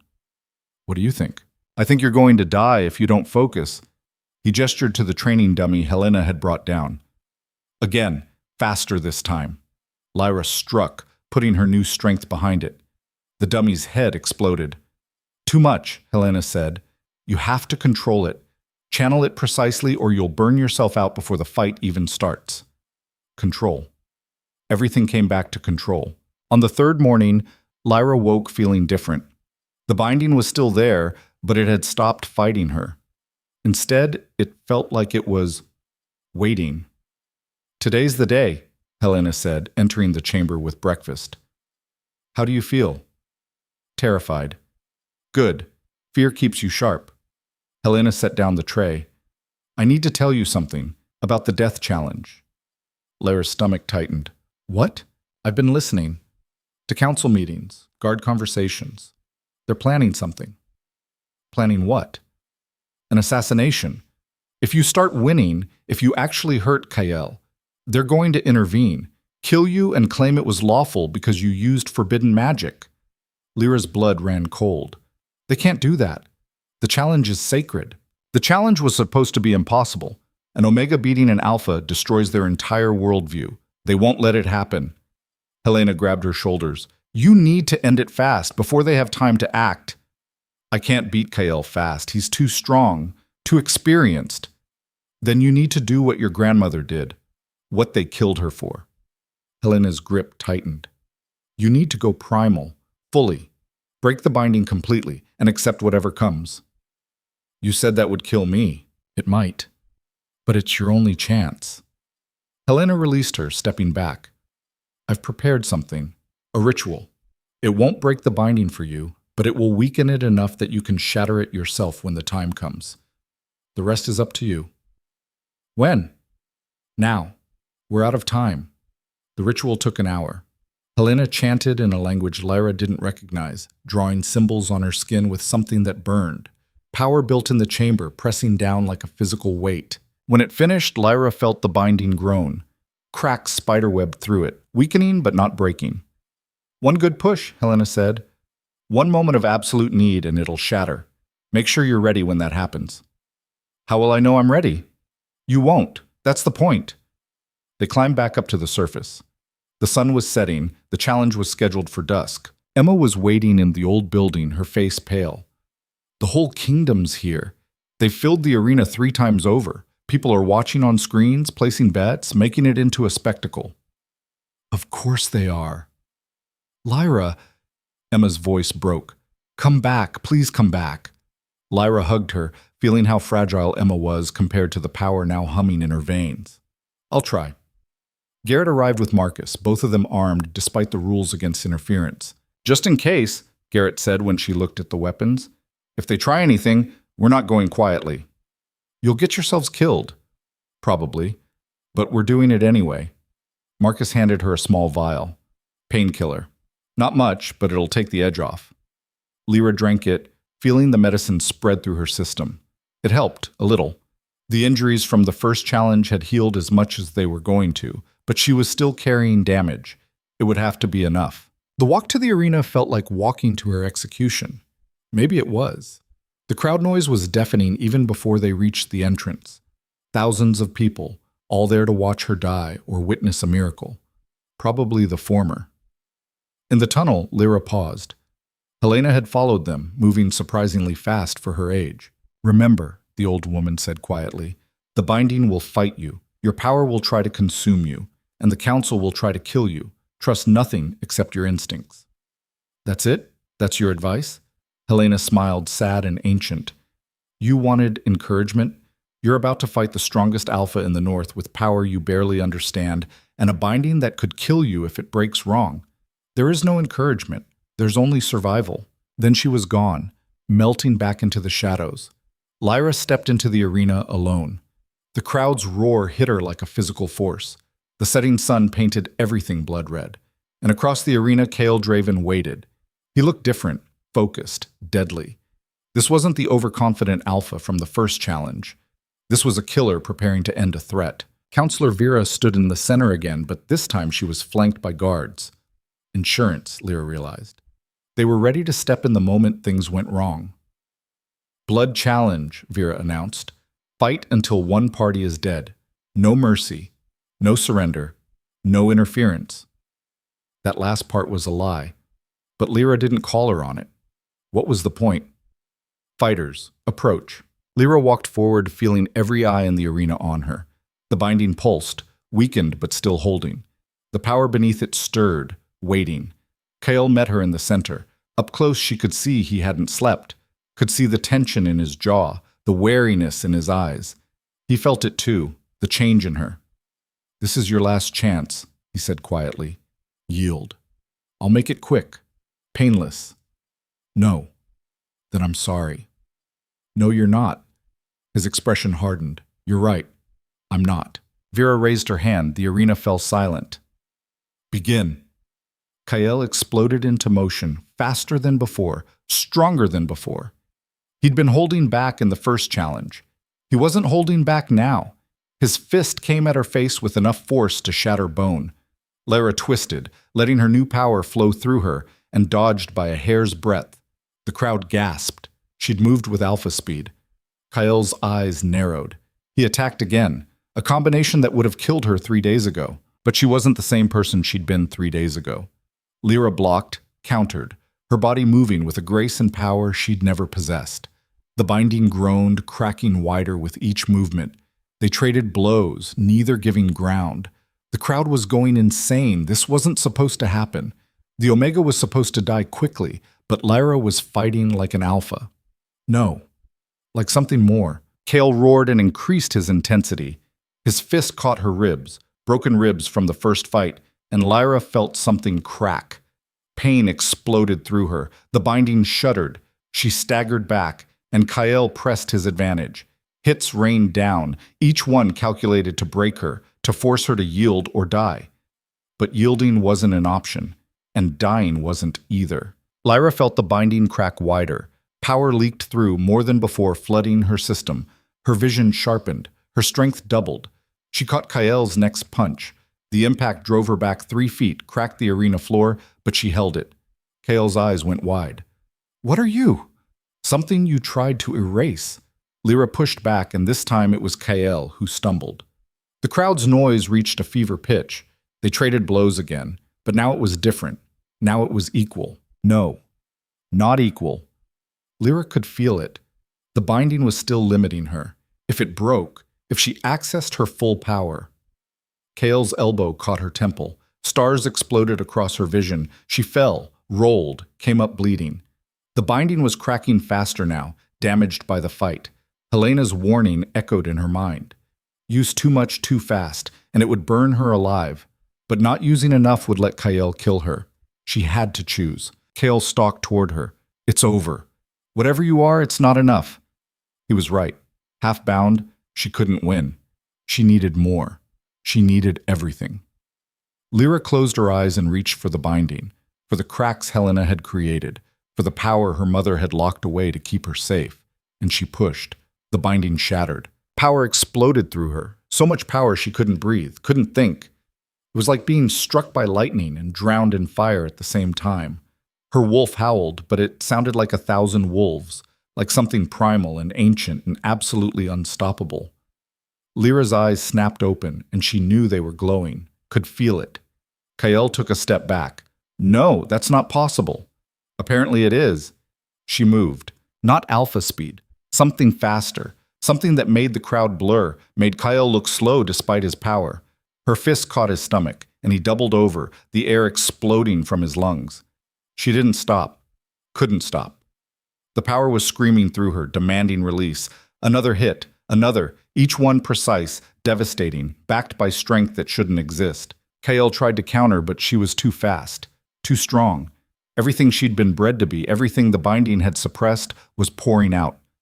She was magnificent. She was terrifying. She was burning alive from the inside. Helena's warning crashed back. Too much power too fast. The binding had shattered all at once, and now there was nothing controlling the flood. Lyra could feel her body starting to break down. The power was too much. It was consuming her, burning through her like she was kindling, but she couldn't stop. If she stopped, Kael would recover, would kill her. She had to end this, now. Kael was on his knees, blood pouring from a dozen wounds. The strongest alpha in the north, beaten. Lyra grabbed him by the throat, lifting him off the ground with one hand. The crowd had gone silent, stunned. "Yield!" she gasped, feeling her body starting to fail. Heat was building in her core, burning hotter with each second. Kael's eyes met hers. No defiance now, just shock, and something that might have been respect. "I yield," he whispered. The arena erupted, but Lyra barely heard it. The power was out of control, burning through her. She dropped Kael and stumbled back, feeling her skin start to crack, to glow from the inside. She was dying. The power was killing her. Guards rushed forward, not to help, to execute. She saw weapons raised, saw Vera giving the order, and then Garrett and Marcus were there, blocking them. Emma too, small and terrified, but standing between Lyra and the guards anyway. "She won!" Garrett roared. "He yielded! The challenge is over!" "She used forbidden magic," Vera shouted back. "She's an abomination!" The guards advanced. Lyra tried to move, to defend herself, but the power was consuming her. She fell to her knees, feeling the heat building, building, building. This was it. She'd won the fight, but lost anyway. The power was going to burn her to nothing. And then hands touched her shoulders. Cool hands. Ancient hands. Helena. The old woman was chanting, the same language from the ritual. Power flowed from her into Lyra, not adding to the inferno, but channeling it, directing it, teaching Lyra's body how to contain it. "Listen to me," Helena hissed. "The power isn't your enemy. It's you. Accept it or die." Lyra tried. Reached for the burning, tried to embrace it instead of fighting it. The power resisted. It wanted to destroy, to consume, to burn. But underneath was something else. Recognition. This power knew her, had been part of her bloodline for generations. It was her birthright. Lyra stopped fighting and accepted. The burning began to fade, not disappearing, but settling, becoming part of her instead of something foreign. The glow under her skin dimmed. She could breathe again. "That's it," Helena whispered. "You're okay. You're going to be okay." Lyra looked up to see the guards had stopped, weapons still raised but uncertain. Vera was screaming orders, but nobody was moving, because Kael Draven, bleeding and broken, had placed himself between Lyra and the guards. "The challenge is over," he said, his voice carrying despite his injuries. "She won. Anyone who touches her answers to me." "You yielded!" Vera shouted. "You have no authority." "I yielded the challenge, not my territory, not my authority." Kael's eyes were hard. "And I'm telling you, as Alpha of the Northern Territories, that this woman won fairly. Anyone who says otherwise is calling me a liar." The guards lowered their weapons. Nobody wanted to challenge an Alpha, even a defeated one. Vera's face was murderous, but she stepped back. "This isn't over." "Yeah," Lyra managed, her voice raw. "It is." She stood, every muscle screaming, the power still wild inside her but controlled. Barely. The crowd was silent now, watching, waiting to see what happened next. Lyra looked at Kael, at the man who'd rejected her, humiliated her, tried to kill her, who was now standing between her and execution. "Why?" she asked. "Because you won," he said simply. "And because—" He paused, something complicated crossing his face. "Because you were right.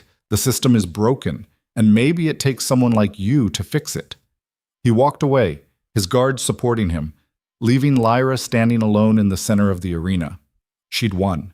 She'd actually won. And now she had absolutely no idea what to do next. She'd won. She'd actually won.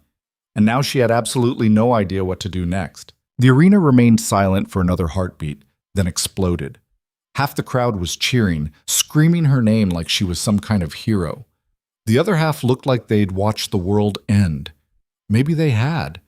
Everything they believed about power, about hierarchy, about the natural order, she'd just shattered it all. Lyra stood in the center of it all, feeling the power still churning inside her. Controlled now, barely, but wild enough that she could feel it pushing at the edges of her restraint. Helena's hand was still on her shoulder, anchoring her. "Breathe," the old woman murmured. "Don't let them see you falter." Right, because showing weakness now would be fatal. The council might have backed down in the face of Kael's protection, but they wouldn't forget, wouldn't forgive. Vera was already deep in conversation with the other counselors, their faces twisted with barely concealed rage. Planning, scheming, looking for any legal loophole to undo what had just happened. Garrett pushed through the crowd, Emma and Marcus right behind him. They formed a protective circle around her, weapons still visible despite the challenge being over. "We need to move," Garrett said quietly. "Now, before they regroup." "Move where?" Lyra's voice came out rougher than she expected. "I just won. The territory is mine by right of challenge." "The territory maybe, but there are still people who want you dead, and they're not going to wait for legal proceedings." He glanced at the council platform. "Trust me. We need to get you somewhere defensible." Marcus nodded. "The old settlement hall. It's built like a fortress. We can hold it if we have to." "If we have to?" Emma's voice was shrill with stress. "They just tried to execute her in the middle of the arena. Of course we have to." Lyra looked around at the crowd. Some faces were hostile, others awed, most just confused. A week ago, she'd been nobody. Now she'd beaten the strongest alpha in the north and claimed his territory. The social order had inverted so fast people didn't know how to react. "Fine," she said. "Let's go." They moved through the crowd, which parted reluctantly. Some people reached out, trying to touch her like she was something miraculous. Others spat at her feet, cursing under their breath. Lyra ignored both reactions, focusing on putting one foot in front of the other. The power inside her was starting to settle, finding pathways in her body that had never existed before. It hurt, like breaking in new muscles, except these muscles were made of something that felt more like lightning than flesh. Every step sent small shocks through her nervous system, but she could walk, could function, wouldn't burn alive from her own strength. That counted as a win. The old settlement hall loomed ahead exactly as Marcus had described, built in the early days when the border was even more dangerous, designed to withstand sieges. Thick stone walls, narrow windows, one reinforced door. They barricaded themselves inside. "Now what?" Emma asked, pacing nervously. "We can't just hide in here forever." "We don't have to hide." Lyra sank into a chair, every injury from both challenges screaming at her now that the adrenaline was fading. "I won the challenge. The territory is mine. They have to acknowledge that." "Since when does the council care about what they have to do?" Garrett was checking weapons, loading crossbows that looked ancient but functional. "They've spent centuries maintaining power through the Alpha system. You just proved an Omega can beat an Alpha. They'll find a way to bury you before they let that truth spread." Helena had followed them in, moving to a corner where she began pulling supplies from a bag Lyra hadn't noticed she was carrying. Herbs, bottles, things that looked suspiciously like spell components. "He's right," the old woman said without looking up. "You've won the battle, but not the war. The council will come at you legally first, challenge the legitimacy of your bloodline, claim you used forbidden magic, which you did technically. They'll try to strip your victory through bureaucracy." "And if that doesn't work?" Helena's expression was grim. "Then they'll send assassins, quiet, deniable ones. You'll die in your sleep, or from poisoned food, or a convenient accident. They've done it before." "Encouraging," Lyra muttered. "You wanted honesty." Outside, they could hear the settlement coming alive, voices raised in argument, the sound of people moving, gathering. Some were probably supporters. Most were probably not. Marcus appeared at the window. "There's a crowd forming, maybe 200 people. They're arguing about what to do." "About me?" "About everything. Some want to swear loyalty to you as the new Alpha. Others want to drag you out and finish what the council started. Most are just scared." He turned from the window. "We need a plan. An actual plan. Not just hiding and hoping they give up." Lyra closed her eyes, trying to think past the exhaustion and pain. She'd spent so much energy just surviving, just winning, that she hadn't thought about what came after. The territory rights, she said slowly. If I won Kael's territory, what does that actually mean? Everything, Marcus said. His land, his resources, his pack bonds. Anyone sworn to him is now sworn to you. Even if they don't want to be? That's how it works. The bond transfers with the territory. They can break it, but doing so makes them rogue. Most won't risk that. An idea was forming. Dangerous, probably stupid, but better than nothing. What about other territories, other packs? What about them? Can they refuse to acknowledge the transfer? Say it's invalid? Marcus and Garrett exchanged glances. Technically, no, Garrett said. A death challenge outcome is binding across all territories. That's ancient law, predates the Council. But in practice, if the Council declares it invalid, most alphas will go along with it. Challenging the Council means risking everything. So we need to make sure they can't declare it invalid. Lyra opened her eyes. We need witnesses, important ones, people who can't be ignored or bought off. Who did you have in mind? The other territorial alphas, all of them. She stood, ignoring her body's protests. If I can get them to witness my claim, to acknowledge it publicly, the Council can't just erase it. They'd have to fight every alpha in the kingdom. Emma stared at her. You want to invite the most powerful wolves in the kingdom here, to this settlement, where half the population wants you dead? Yes. That's insane. Probably. But it's also the only way to make this stick. Lyra looked at Marcus. Can you send messages? Official ones? I can try. But Lyra, even if they come, there's no guarantee they'll support you. Most of these alphas are traditionalists. They believe in the hierarchy. An Omega claiming alpha territory violates everything they stand for. Then I'll have to convince them otherwise. Garrett laughed, sharp and humorless. With what? A speech? You think words are going to change centuries of tradition? No, but maybe the truth will. Lyra gestured to Helena. Tell them about the bloodlines, about what the Council's been hiding. Helena looked up from her herbs, her ancient eyes considering. That's dangerous knowledge. People have died for less. People have died for a lot of things. Might as well make it count. Lyra met her gaze. You said someone needed to know the history. Let's make sure everyone knows. The old woman was quiet for a long moment. Then she nodded. I'll prepare the records, the proof. But Lyra, once this is public, there's no taking it back. You'll make enemies of everyone who's benefited from keeping it secret. I already have those enemies. Might as well make them official. Marcus moved to a desk in the corner, pulling out paper and ink. I'll draft the summons, but it'll take days for the alphas to arrive, maybe a week. Can we hold out that long? We'll have to. The next hours passed in tense preparation. Marcus sent runners with messages to every territorial alpha in the kingdom. Garrett organized defenses, turning the hall into something between a fortress and a tomb. Emma coordinated supplies, raiding the settlement stores for food and water. And Lyra sat with Helena, learning the history she should have known her entire life. Your bloodline goes back to before the pack system, Helena explained, spreading out ancient documents. Back when wolves were wild, following instinct rather than hierarchy. The primal alphas, that's what they were called, didn't dominate through strength alone. They led through understanding, through connection to something deeper. What happened to them? The same thing that always happens. Someone decided that power should be controlled, organized, made predictable. The pack system emerged with its rigid hierarchies and rules. The primal bloodlines didn't fit. They were too wild, too unpredictable. So they were systematically eliminated. Lyra studied a faded drawing of a woman who looked disturbingly like her. How many are left? Besides you? I don't know. Most learn to hide, to suppress their power. Some probably don't even know what they are.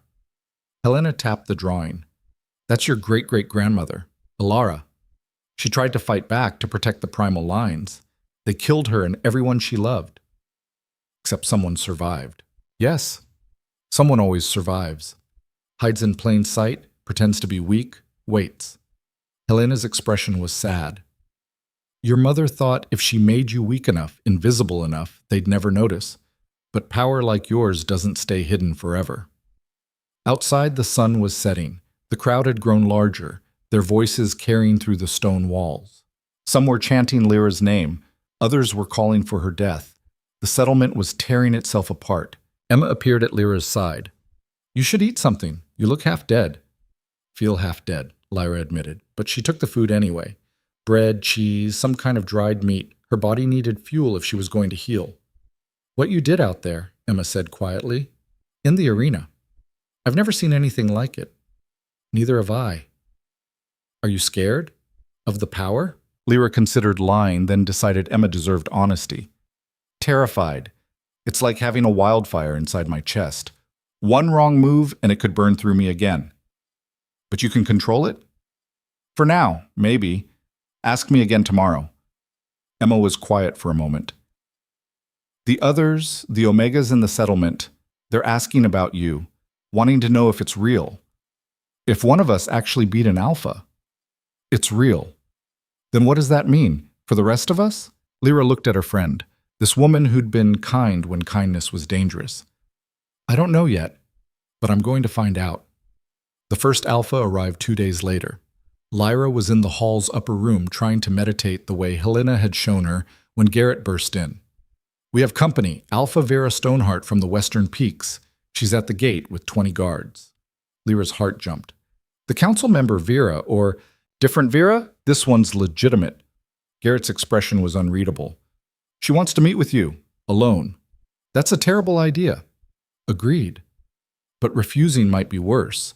She's one of the most powerful alphas in the kingdom. If she's here, others will follow.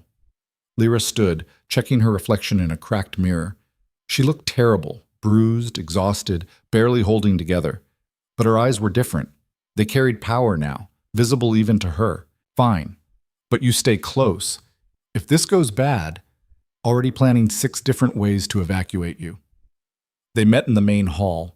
Alpha Vera Stoneheart was everything her name suggested. Hard, unyielding, with eyes like flint.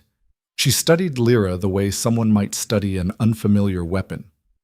You're younger than I expected, Vera said. You're earlier than I expected. A hint of smile. I was close when your message arrived, and curious.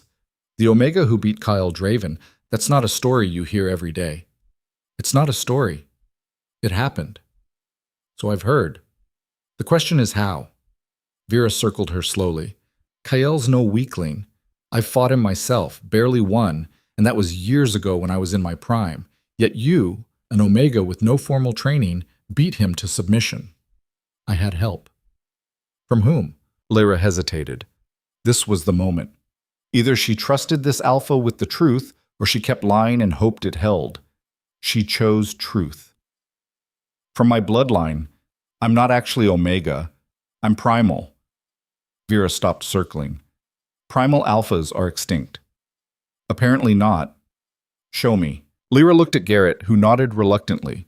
She closed her eyes and reached for the power inside her.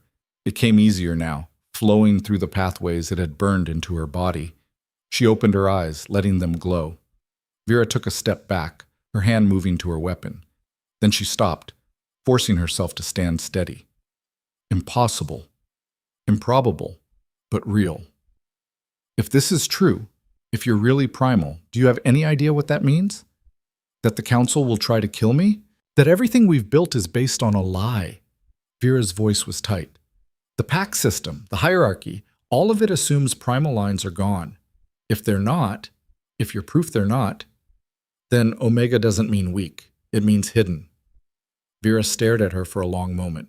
Then, to Lyra's shock, she laughed. You're going to destroy the entire social order, you realize that? I'm going to try. Why? Revenge against Kyle? No. Because I'm tired of people being thrown away for not fitting the system. Tired of watching Omegas starve while Alphas feast. Tired of pretending the hierarchy is natural when it's just maintained by violence. Idealistic. Naive, even. Vera's expression softened slightly. But not entirely wrong. I'll admit the system has issues. Then help me fix it. You're asking me to commit treason against the council. I'm asking you to acknowledge reality. I beat Kyle fairly. The territory is mine by law. Everything else is just politics. Vera was quiet, considering. Outside, more people were arriving. Lyra could hear horses, voices. the sound of an encampment forming. The other alphas are coming, Vera said. They'll want proof too. And not all of them are as open-minded as I am. I'll give them proof. Some will try to kill you for it. Let them try. That earned another smile, sharper this time. You've got spine, I'll give you that. Vera moved toward the door, then paused. One more question. What are you going to do with Kael's territory? With his pack? I haven't decided yet. Decide fast. A pack without clear leadership will tear itself apart. And these people, she gestured vaguely toward the settlement, half of them still hate you. The other half worship you. Both are dangerous. After Vera left, Lyra slumped against the wall. One alpha down, dozens to go. That went better than expected, Garrett said. She didn't kill me. That's about all I can say for it. Over the next 3 days, more alphas arrived. Some were openly hostile, demanding to see proof before they'd even speak with her. Others were curious, intrigued by the impossible. A few were clearly council plants, there to gather information and report back. Lyra met with each one, showed them her power, told them the truth about her bloodline, watched their reactions range from fascination to fury. Alpha Marcus Ironwood from the Eastern Forest tried to challenge her on the spot. She put him down in under a minute, leaving him unconscious but alive. Word spread fast after that. The Primal Alpha was real, and she didn't bluff. Alpha Sarah Windcaller from the Southern Plains spent hours talking with Helena, verifying the historical records. When she emerged, her face was pale. It's true. All of it. They've been lying to us for generations. By the 4th day, the settlement had transformed. What had been a forgotten border outpost was now the center of the kingdom's attention. Temporary camps surrounded the hall, housing alphas and their retinues. The population had tripled, and tension hung in the air like smoke. Kael arrived on the 5th day. Lyra was training in the yard when he rode up, still bearing injuries from their fight but moving well enough. The crowd parted for him, uncertain how to react. Was he still alpha? Was she? Could they both be? He dismounted slowly, approaching her alone. "We need to talk," he said. Lyra lowered her practice sword. About? About what happens next. They walked to a quiet corner of the yard, out of earshot, but still visible to the watching crowd. Kael studied her carefully, like he was seeing her for the first time. "You've changed," he said. "Even in 5 days. I stopped pretending to be something I'm not. And what are you, really?" Still figuring that out, Lyra met his eyes. "Why are you here, Kael?" "Because half the kingdom thinks you're a hero, and the other half thinks you're an abomination. Because the council is planning something, and it's going to be bad, because—" He paused. "Because I owe you an explanation." "For what? Rejecting me? Trying to kill me? Take your pick. For all of it." He ran a hand through his hair, looking more human than she'd ever seen him. "When the bond snapped, when I felt it, I panicked. I've spent my entire life building power, maintaining control. The idea that fate could just assign me a mate, someone I didn't choose, it terrified me. So you humiliated me instead." "Yes. And I was wrong." The admission seemed to cost him. "I thought strength meant dominance, control. But watching you fight, seeing you refuse to break even when you should have, that's real strength. The kind I've never had."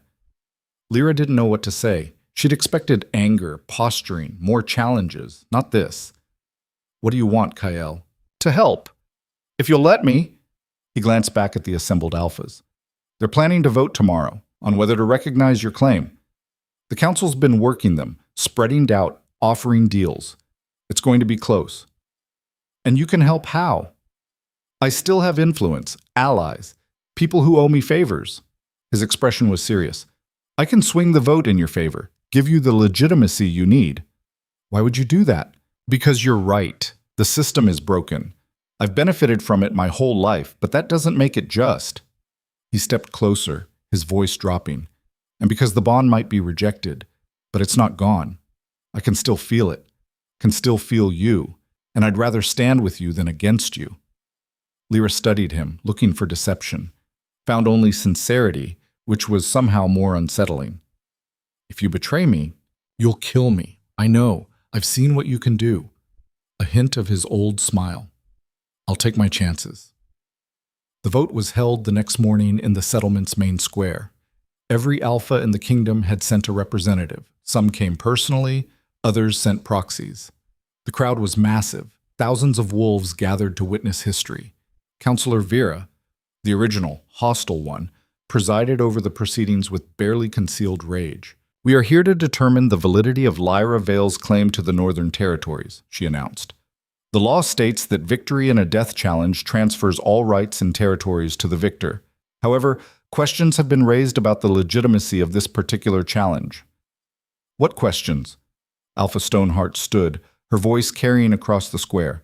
Cale Draven issued the challenge. Lyra Vale accepted. They fought. He yielded. That's the law. "The law assumes both parties are acting in good faith," another counselor argued. "If one party uses forbidden magic—" "What magic?" Lyra stepped forward, letting power leak into her voice. The crowd quieted instantly. "The power of my bloodline? The strength my ancestors were killed for possessing? That's not forbidden. That's inconvenient for your narrative." Murmurs rippled through the assembly. "The primal bloodlines are extinct," the counselor insisted. "Then what am I?" Lyra let her eyes glow, let everyone see the power she carried. "A ghost? A lie? Or proof that you've been wrong all along?" Helena stepped forward, carrying the ancient records. "I have documentation spanning 3 centuries, proof that the Council systematically eliminated primal lines to maintain the pack hierarchy, proof that they've been lying about what Omega truly means." The Council members looked panicked now. This wasn't supposed to happen. The vote was supposed to be quick, controlled, a formality before they stripped Lyra's claim and executed her quietly. Instead, the truth was spreading like wildfire. "This is preposterous," Counselor Vera sputtered. "These documents could be forgeries." "They're not." Cale's voice cut through the chaos. He stood, commanding attention just by existing. "I've seen Lyra's power firsthand, fought it, lost to it. That's not Omega weakness, that's primal strength. And if you're all too cowardly to acknowledge it, then you're not fit to lead." The crowd erupted. Alphas were arguing, shouting, some supporting Lyra, others demanding her execution. The careful order the Council had maintained for centuries was fracturing right in front of them. Counselor Vera raised her hands for silence. "Enough! We will vote. All in favor of recognizing Lyra Vale's claim to the Northern Territories." "Wait!" Alpha Stoneheart stood again. "I want to propose an amendment. We're not just voting on territory. We're voting on whether to acknowledge primal bloodlines as valid, whether Omegas with dormant power should be recognized as equals. This is bigger than one claim." "That's not the question at hand," Vera protested. "It's the only question that matters." Stoneheart looked around the assembly.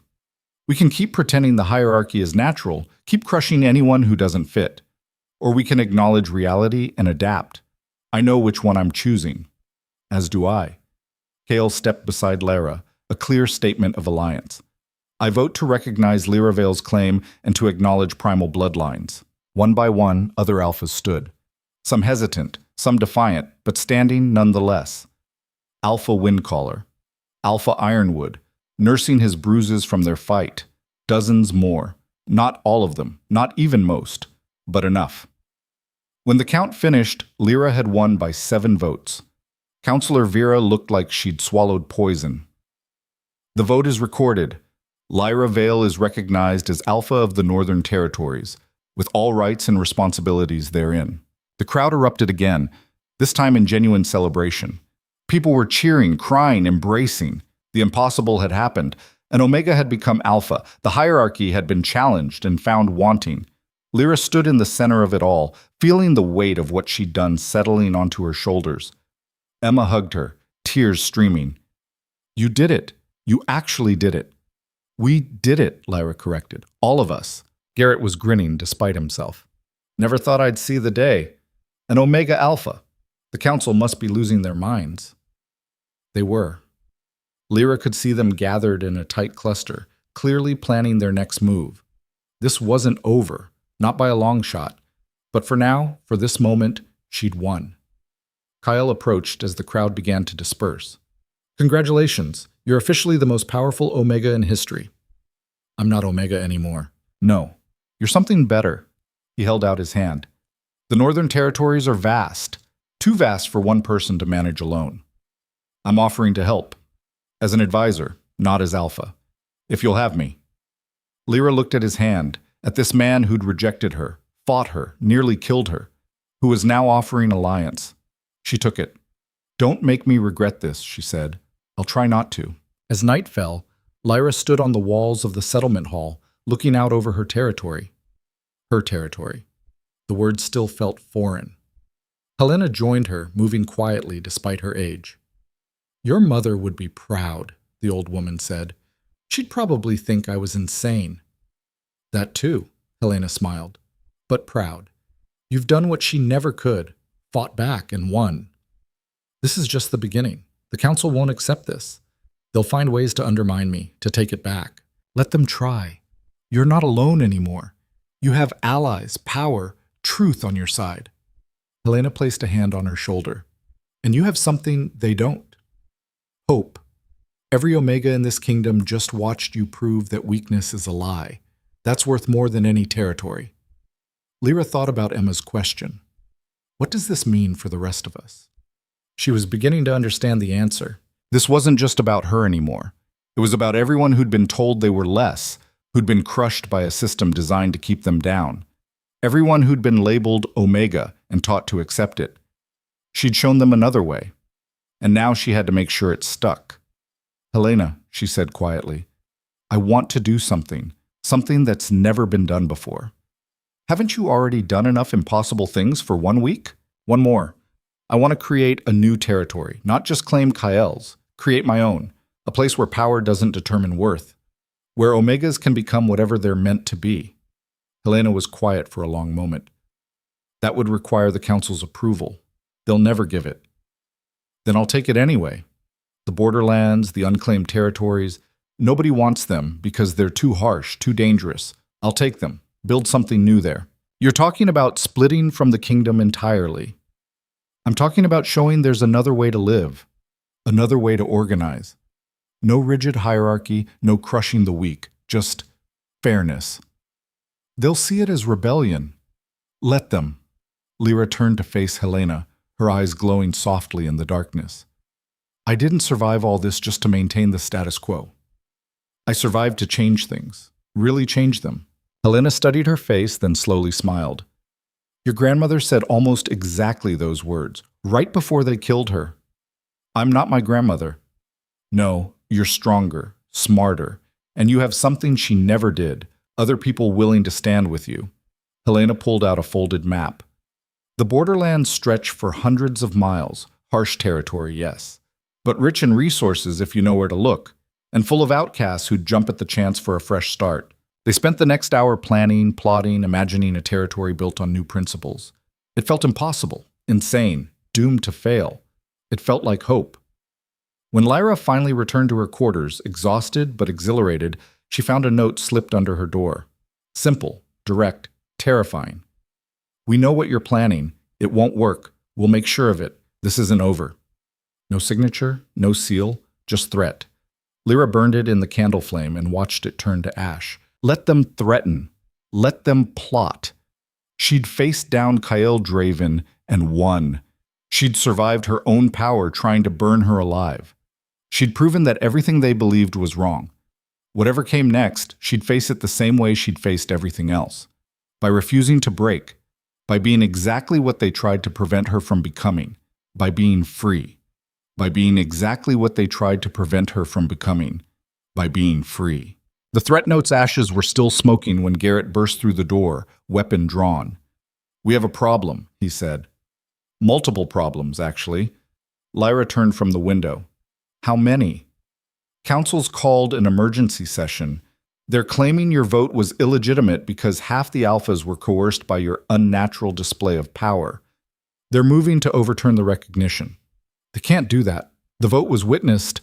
"They don't care. They're scared, which makes them dangerous." Garrett moved to the window, scanning the darkness outside. "And that's not the worst part.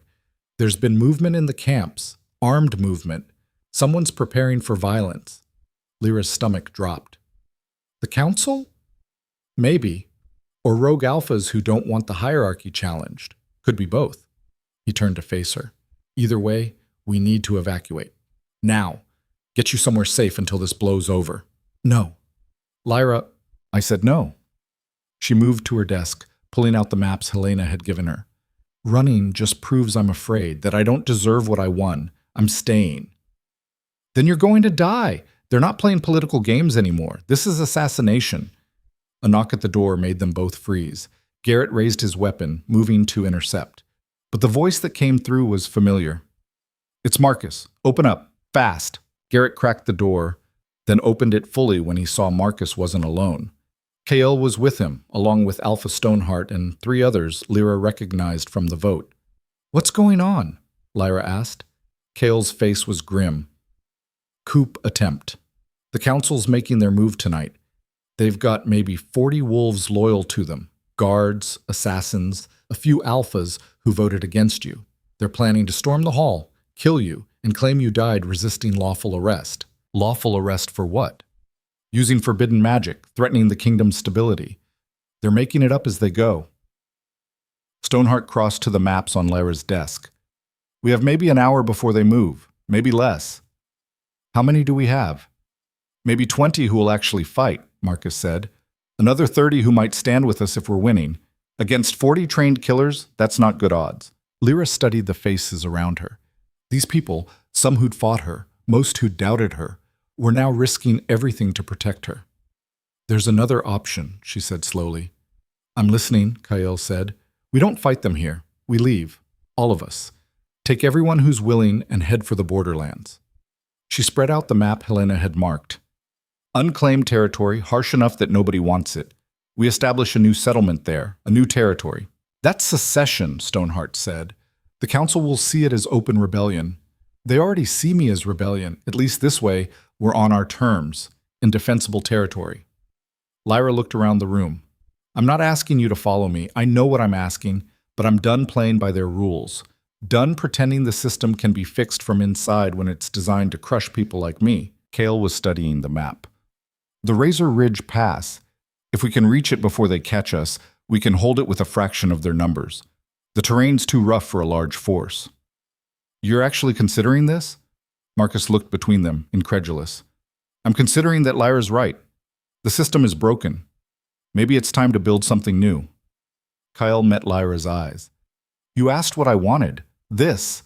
A chance to be part of something that isn't built on crushing the weak. Stoneheart nodded slowly. My pack's small, but they're loyal. They'll come. One by one, the other alphas agreed. Not all of them. Some clearly thought this was suicide. But enough. More than Lyra had dared hope. Then we move now, she said. Wake everyone who'll come. Tell them to pack light and move fast. We have maybe 30 minutes before the council realizes what's happening. The hall erupted into controlled chaos. People grabbing supplies, weapons, anything portable. Emma appeared at Lyra's side, her face pale but determined. I'm coming with you. Emma, you don't have to... Yes, I do. You think I'm staying here? In a settlement that tried to exile you? That watched you almost die and did nothing? She grabbed Lyra's arm. You're not the only one who's tired of being treated like nothing. If you're building something new, I want to be part of it. More Omegas appeared behind her. Dozens of them. The ones who'd been invisible their entire lives. The ones who'd watched Lyra fight and seen possibility. We're coming too, one said. A man named Derek, who'd worked the fields his whole life. All of us. Lyra felt something break open in her chest. Not the binding this time. Something else. The weight of responsibility, yes. But also pride. Hope. Then let's go. They moved through the settlement like shadows, a column of maybe 80 people slipping through back streets and alleys. Lyra led them, using paths Helena had shown her, routes the old woman had mapped decades ago for exactly this kind of emergency. Behind them, they could hear shouting. The council forces had reached the hall and found it empty. They'll come after us, Garrett said, jogging beside Lyra. I know, that's why we need to reach the pass before dawn. It was a brutal march. The borderlands weren't called that for nothing. The terrain grew rougher with every mile, the ground turning from packed earth to loose rock to treacherous scree. People stumbled, fell, picked themselves up and kept going, because going back meant death. Lyra pushed her power into her legs, into her endurance, feeling the primal strength respond. She could run for days if she had to, but the others couldn't. They stopped twice to rest, brief pauses where people collapsed against rocks and tried to catch their breath. Lyra moved through the group, checking on people, offering encouragement.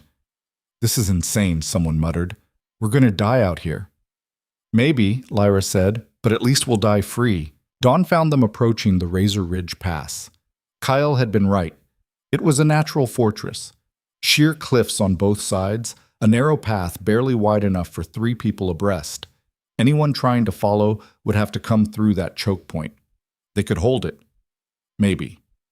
"Set up defensive positions," Kyle ordered, falling naturally into tactical command. "Archers on the heights, close fighters in the pass. If they come, we make them bleed for every inch." Helena appeared beside Lyra, looking surprisingly fresh for someone her age. "They're coming. I can feel them. Maybe 2 hours behind." "How many?" "All of them. The Council's committed everything. This isn't just about you anymore. It's about making an example, showing what happens to those who defy them."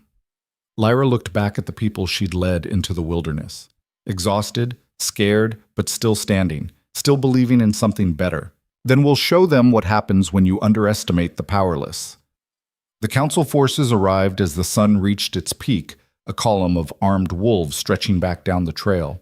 At their head rode Councillor Vera, her face twisted with rage. "Lyra Vale!" Her voice echoed off the cliff walls. "You are charged with sedition, use of forbidden magic, and inciting rebellion. Surrender now and face justice, or be destroyed where you stand." Lyra stepped to the edge of the pass, making herself visible. "Justice? You mean execution. You're not here to arrest me. You're here to bury the truth I represent." "You represent nothing but chaos and disorder." "I represent the people you've crushed for centuries, the Omegas you declared worthless, the bloodlines you tried to eliminate." Lyra let her power show, let her eyes glow.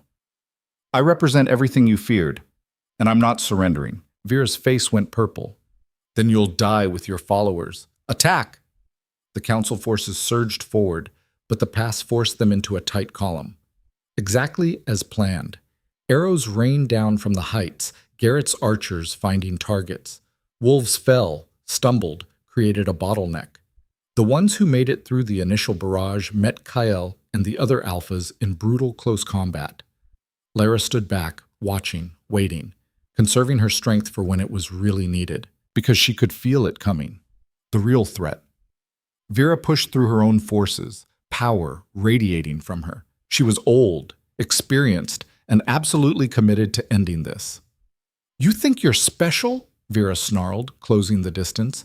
"You think one Omega with a genetic quirk can change everything? I've killed stronger wolves than you."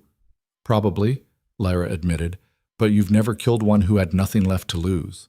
Vera attacked, and it was like fighting a hurricane. The counselor was fast, brutal, her decades of experience showing in every strike. Lyra blocked, dodged, gave ground.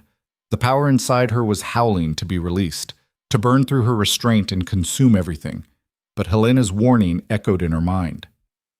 Use too much too fast, and it would destroy her. She had to be smart, precise. Vera's fist caught her ribs, the same ribs Kyle had broken.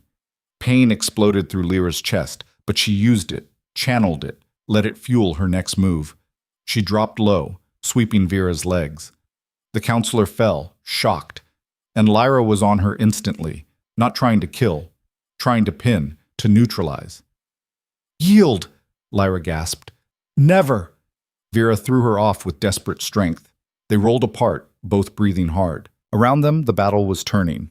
The council forces were being pushed back, the pass proving too difficult to breach. But Lyra knew this wasn't over. Vera wasn't here to win a battle. She was here to make a point. "You want to know the truth?" Vera said, circling. "We killed your grandmother, your great-grandmother, every primal we found. And we do it again, because your kind threatens everything we've built. You built a prison and called it civilization. We built order, structure. Without it, we'd be animals." Vera's eyes were wild now.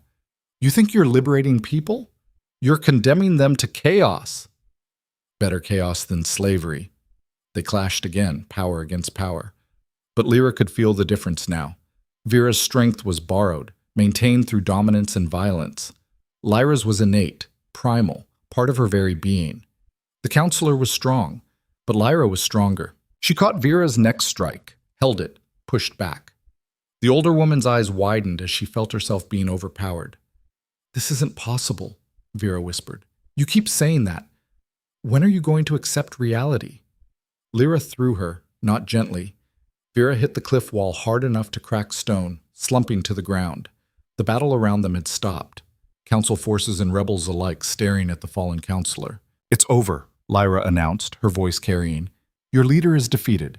You can keep fighting and die, or you can walk away. Choose." For a long moment, nobody moved. Then one by one, the council forces began backing away. Some fled outright, others just stood there, uncertain, their entire worldview shattered. Vera struggled to her feet, blood running from her mouth. "This isn't over. The council is finished," Kyle said, stepping forward. "I'm calling a vote of no confidence, as is my right as a territorial alpha. Stoneheart, you second?"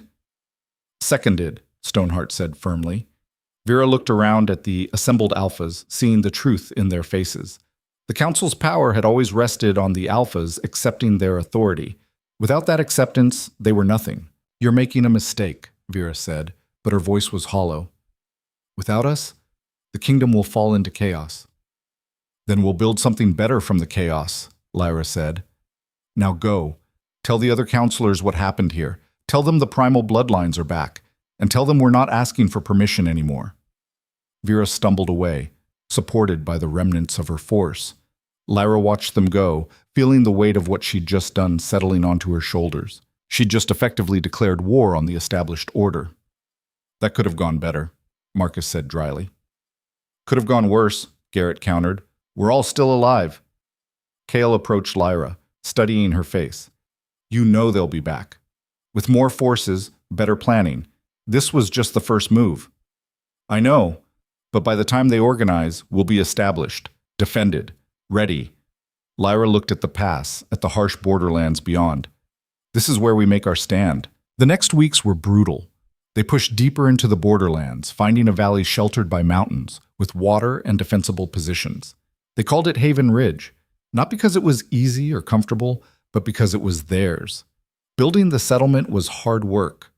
Lyra found herself doing everything from hauling stone to settling disputes to planning defenses.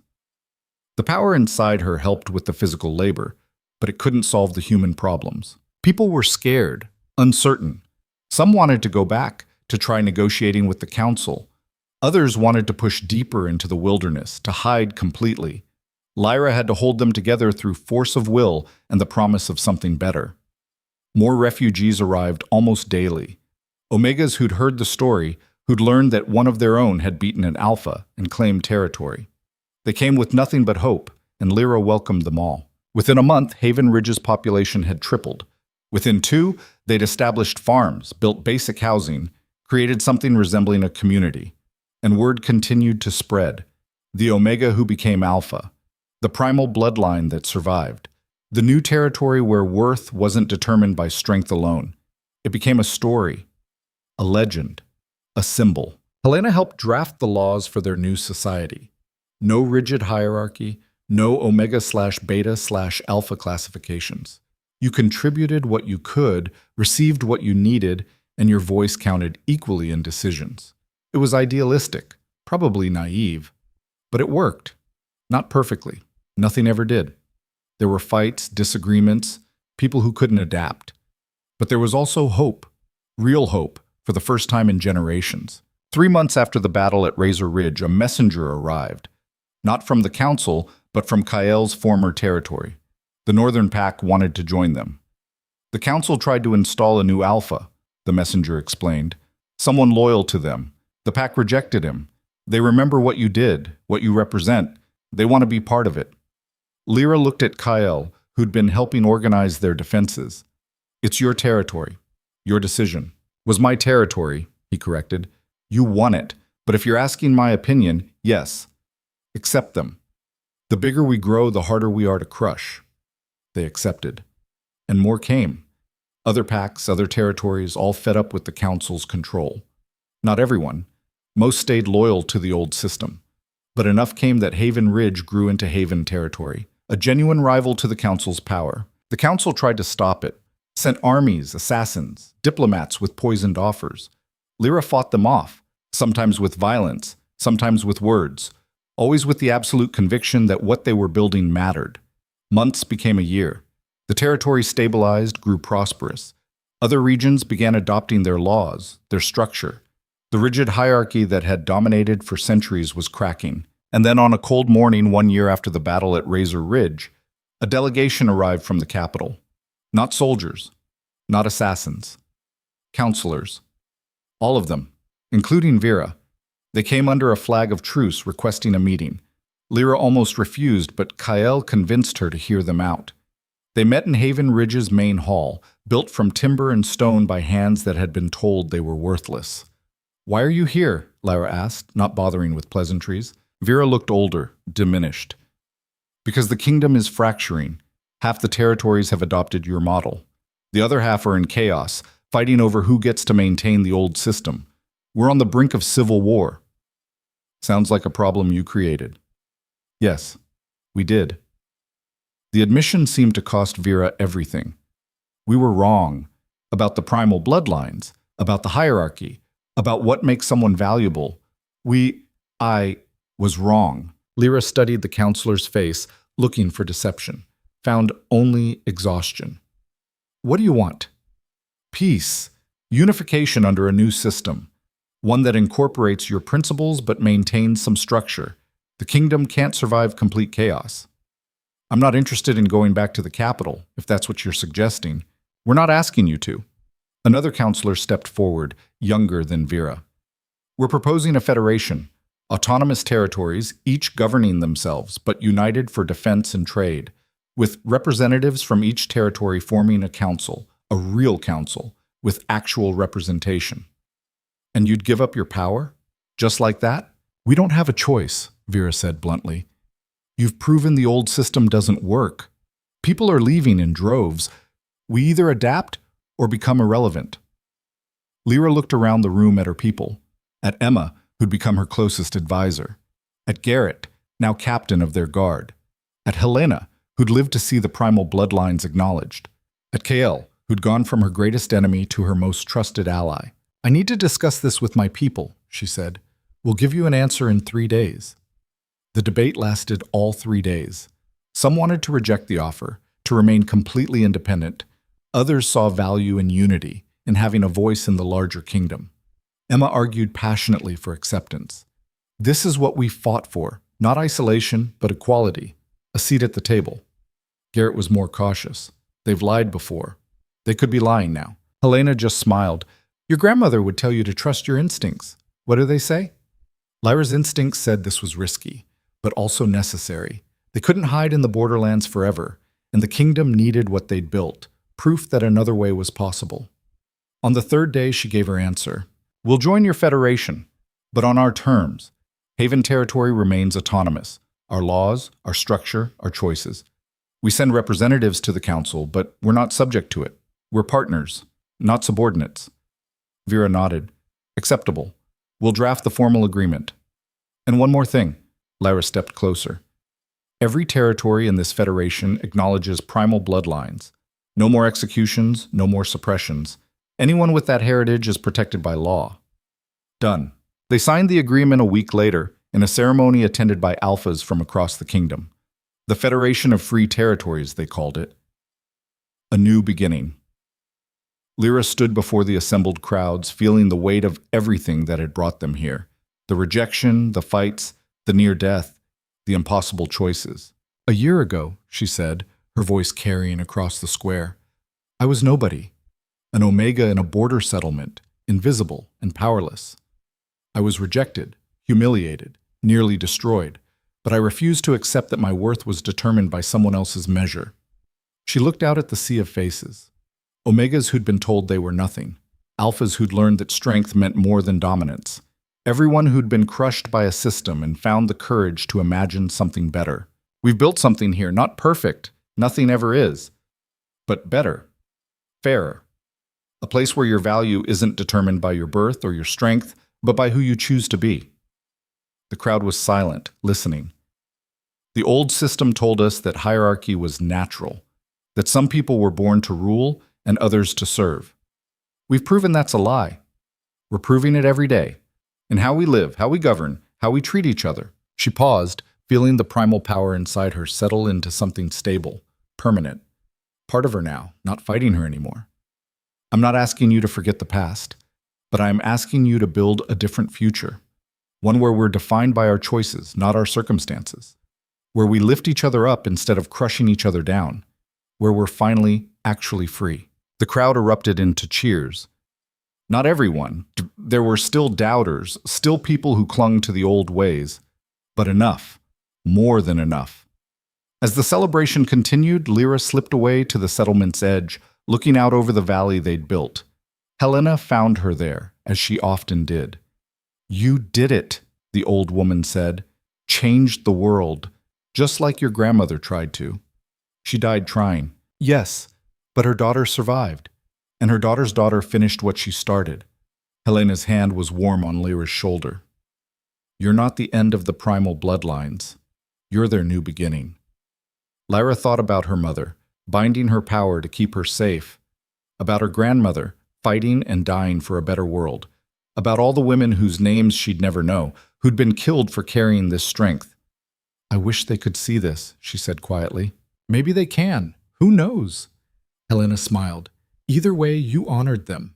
Survived when you should have died. Won when you should have lost. Became something impossible. I became myself. Exactly. Kael approached, carrying 2 cups of something that smelled like terrible wine. Figured you'd be hiding. You hate crowds. I hate performative celebration, Lyra corrected, taking a cup. This feels different. It is different. They're not celebrating you. They're celebrating what you made possible. He looked out over the valley. What we made possible. Still feels weird. Get used to it. You're a symbol now, the Omega who beat an Alpha, the primal bloodline that survived. Whether you like it or not, you matter. Lyra sipped the wine. It was as bad as it smelled. The bond, she said suddenly. Do you still feel it? Kael was quiet for a moment. Yes. Rejected but not gone. Still there, under everything. You? Yeah. Is that okay? Lyra considered. The bond had been the catalyst for everything, the rejection that started this whole chain of events. It had nearly destroyed her, but it had also forced her to become something more. It's okay, she said. It doesn't control us anymore. We chose differently. We did. Kael raised his cup. To choosing differently. To choosing differently, Lyra echoed, and they drank the terrible wine together. The celebration continued into the night. Lyra made herself return eventually, accepting congratulations and well wishes with as much grace as she could manage. Emma was dancing with Derek, both of them laughing. Garrett was telling war stories to anyone who'd listen. Marcus was already organizing the first council meeting. Life continued, work continued, the world kept turning. But it turned differently now. Because one Omega had refused to accept her place, had fought back when she should have submitted, had survived when she should have died, had proven that the impossible was just another word for difficult. Late that night, Lyra stood on the walls of Haven Ridge, looking out at the territory she'd built from nothing. Lights flickered in the valley. Homes, lives, futures that wouldn't have existed if she'd accepted Kael's rejection and gone quietly into obscurity. The power inside her pulsed gently, contained but present, a reminder of what she was, what she'd survived, what she'd become. She thought about the girl she'd been a year ago, invisible, powerless, afraid. That girl had died in the arena when Kael rejected her. What emerged was something else entirely, not perfect, not unmarked by the trauma and violence of the journey, but free, really, genuinely free. And that made all of it, the pain, the fear, the impossible choices, worth it. Helena's voice drifted up from below, teaching a group of young Omegas about their history, about the primal bloodlines, about the women who'd been killed for refusing to be weak, about Lyra's mother who'd bound her daughter's power to keep her safe. They wouldn't forget now. None of them would. The history that had been buried was being reclaimed, written down, taught to everyone who'd listen. The truth, no longer hidden. Lyra closed her eyes and felt the night wind on her face, felt the solid stone beneath her feet, felt the power humming in her veins, wild but controllable now, felt free. Somewhere in the darkness, a wolf howled. Not a challenge, not a threat, just existence, pure and simple. Lyra smiled and howled back. The sound carried across Haven Ridge, across the borderlands, into the territories beyond. A primal call that hadn't been heard in generations. A declaration that the weak had become strong, that the discarded had become invaluable, that the rejected had become everything they'd tried to prevent her from becoming. And in settlements across the kingdom, in forgotten corners and border outposts, other Omegas heard that call and began to wonder, began to hope, began to believe that maybe, just maybe, they could be more than what they'd been told, that their worth wasn't determined by someone else's measure, that they could choose differently. And in choosing differently, change everything. Lyra Vale, the rejected nobody who became an alpha, stood on the walls of her territory and watched the dawn break over a world she'd helped reshape. It wasn't perfect. It wasn't finished. The council would test them. Old prejudices would persist. The work of building something better would never truly end. But for the first time in her life, Lyra looked at the future and saw possibility instead of limits, saw freedom instead of chains, saw herself not as what others decided she should be, but as what she'd chosen to become. And that was worth everything. The sun rose over Haven Ridge, painting the valley in shades of gold and possibility. And Lyra Vale, primal alpha, territory founder, living proof that the impossible was just another challenge to overcome, smiled and got back to work. Because the world didn't change with one victory. It changed with every day you chose to live differently. Every person you showed another way was possible. Every time you refused to break, no matter how hard they tried to crush you. And Lyra had gotten very, very good at refusing to break. The Omega they'd tried to erase had become the Alpha, who changed everything. And this was only the beginning.